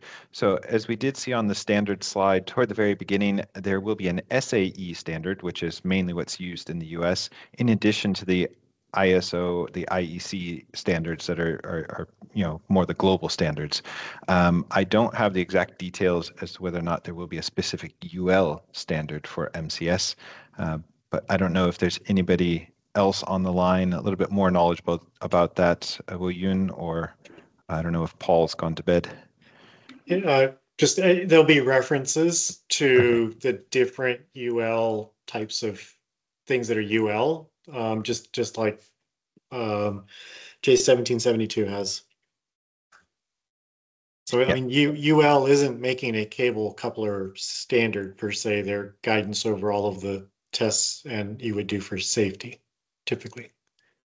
Okay, so UL 2278 is being developed for MCS, it says here in the chat. And as with all standards, when we work at CharIN with the various different standard bodies, we do make sure that they are aligned, and next versions of them will have the same information. So yeah, we can expect to see that as soon as ISO, IEC, and SAE have published theirs, that also UL will come in line with that, if not ahead of the other timing. So yeah, they tend to all over time migrate to the same information. Okay, are there any questions that people didn't write down in the chat but would like to ask? Yes, Leif. Yeah, it's I think it's for everyone, because since the standards are still in development, or some of them, I want to know, when can a charging station be called MCS compliant? Because marketing is very eager to push out MCS compliant articles, but I'm not sure that we comply because the standards are still changing. Yeah, compliance testing is always an interesting topic. And of course, like you say, you can only really be compliant once you have test cases based off of a published standard. And yes, as the standards are not fully published, you can therefore not be technically compliant with them. But of course, you can say, based off of the the work in progress version of the standards, you are compliant. Yes, maybe you have something to add to that. Yeah, so the approach in the Kempower has been that, of course, we just launched the MCS, and of course it's a big topic that how to like integrate the existing solutions to the MCS chargers, and for that purpose we have developed or we have modified our 40 kilowatt movable charger with the wheels with MCS plugs. And we have also the MCS communication there, and the purpose of that device is to support the OEMs to integrate the MCS standard. And we have also in our company we have this interoperability team. So their job is to support the OEM or the integrator to adapt the MCS communication and build the integration between the charger and the EVCC, for example, what comes to the communication. Yeah, I think that's great that you have the team working on the interoperability, but I think, Leif, you were specifically talking about compliance with the standard, which is slightly different, right? Because you have specific requirements in the standard and you have to comply with that. Whereas interoperability, you make sure that it really works in the field. Yeah, that's true. Good point. Because if the sales people say, we have an MCS solution for you, and then the customer buys it, and then, is it really MCS? Because the standard isn't out yet. So this is my dilemma. So we want to call it MCS, but can we? Was it pre-MCS or almost MCS? I will put something out there. If you ever watch me on LinkedIn, I challenge anybody who says they have MCS. And the missing piece that we're all anxious for is the communications over Ethernet using the recommended practices, which are under development. So you can't say you have an MCS marketed device fully. Physical format, yes. You might even have the controllers there, but you wouldn't be compliant until the RP is published. Recommended practice. At least this is I'm using UL version, or sorry, SAE, and then I imagine the IEC version has got a similar as it publishes. So it's we did have pre-MCS then. Yeah, we did have this slide up here, and of course, there are those different states, DIS, CDV, DTS versions of it, that people can say based off of that work in progress version and the requirements in there, we are compliant with that. And maybe it is important to mention that when you say you're compliant, we are compliant with the DIS version of it or the CDV version of it, rather than the full published version. Because in 1 year, maybe when everything is okay, you have the MCS charger that might not be compliant with this or not be interoperable with this vessel that's built in a year. So that's this problem. So you have some problems if you say everything's MCS right now. And well, what we're really trying to prevent is that there will be drastic changes to the standard at this very last stage of it. As we showed, 2018 was really when all of this started with MCS. 21 is when the physical specifications were provided. And so now there's a lot of work on validating the requirements and confirming that everything is correct. I would hope that there won't be major changes to the requirements and the standards at this very late stage. I don't think anyone hopes on it. Yeah, so I think most pilot projects will be compliant with the standard when it gets published at this stage, in the last 9 to 12 months before publication.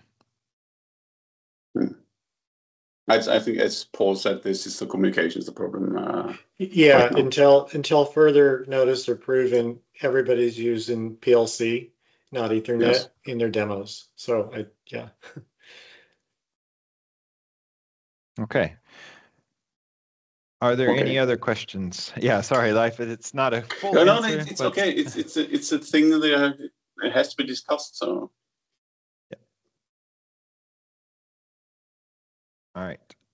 yeah, that will definitely be a topic of course, the task force. If we get the task force up and running before the standards are published, that can be one of the first things that we talk about, and have a common communications method for these pilot projects that are coming out ahead of the official publication. All right, are there any other questions? We still do have over 50 people on the line. Any questions or comments? So, Jeremy, something in chat was the discussion, I think Henry brought it up, about voltages. And I'm just going to throw it out there. My presumption is that Maritime's going to want a ruggedized coupler. And that has generally been what is looked at in mining, or has been getting most of that work there. The voltages, though, have a lot to do with trained personnel who have access to it if you're at 1250 versus 1500. So I don't know if people saw that chat going by, but I think that's something that Maritime needs to think about for the operating environments on the voltages. Anyways, this has all happened in chat, so I'm just pulling that out. Yep. Yep. Yeah, I did see that in the chat, and we have seen the first on-road plugs that are compliant with 1500, but we know that they're only going to be up to 1250. So yeah, I think most people will I think build components and install components that go up to 1500, and it will just be degraded to 1250. Unless you have, like you mentioned, that skilled personnel and PPE in order to go up to 1500. Yeah. Okay. Great. If there are no further questions, then I thank everybody for attending, and especially those people in the US who are attending through the middle of the night. And thank you very much to all of our presenters today, Paul, Jacques, Sib, Woyun, Maria, Sentil, Peter, Eric, John, Tommy, and Jesse. This recording will be available on the CharIN website within a few days. And as well, we will be issuing a final report from this event. If anybody is interested in attending future events, we do have those 2 sign-up pages, one for the workshop taking place in November, and the other for our task force also starting from November. So thank you all for joining, and have a great day.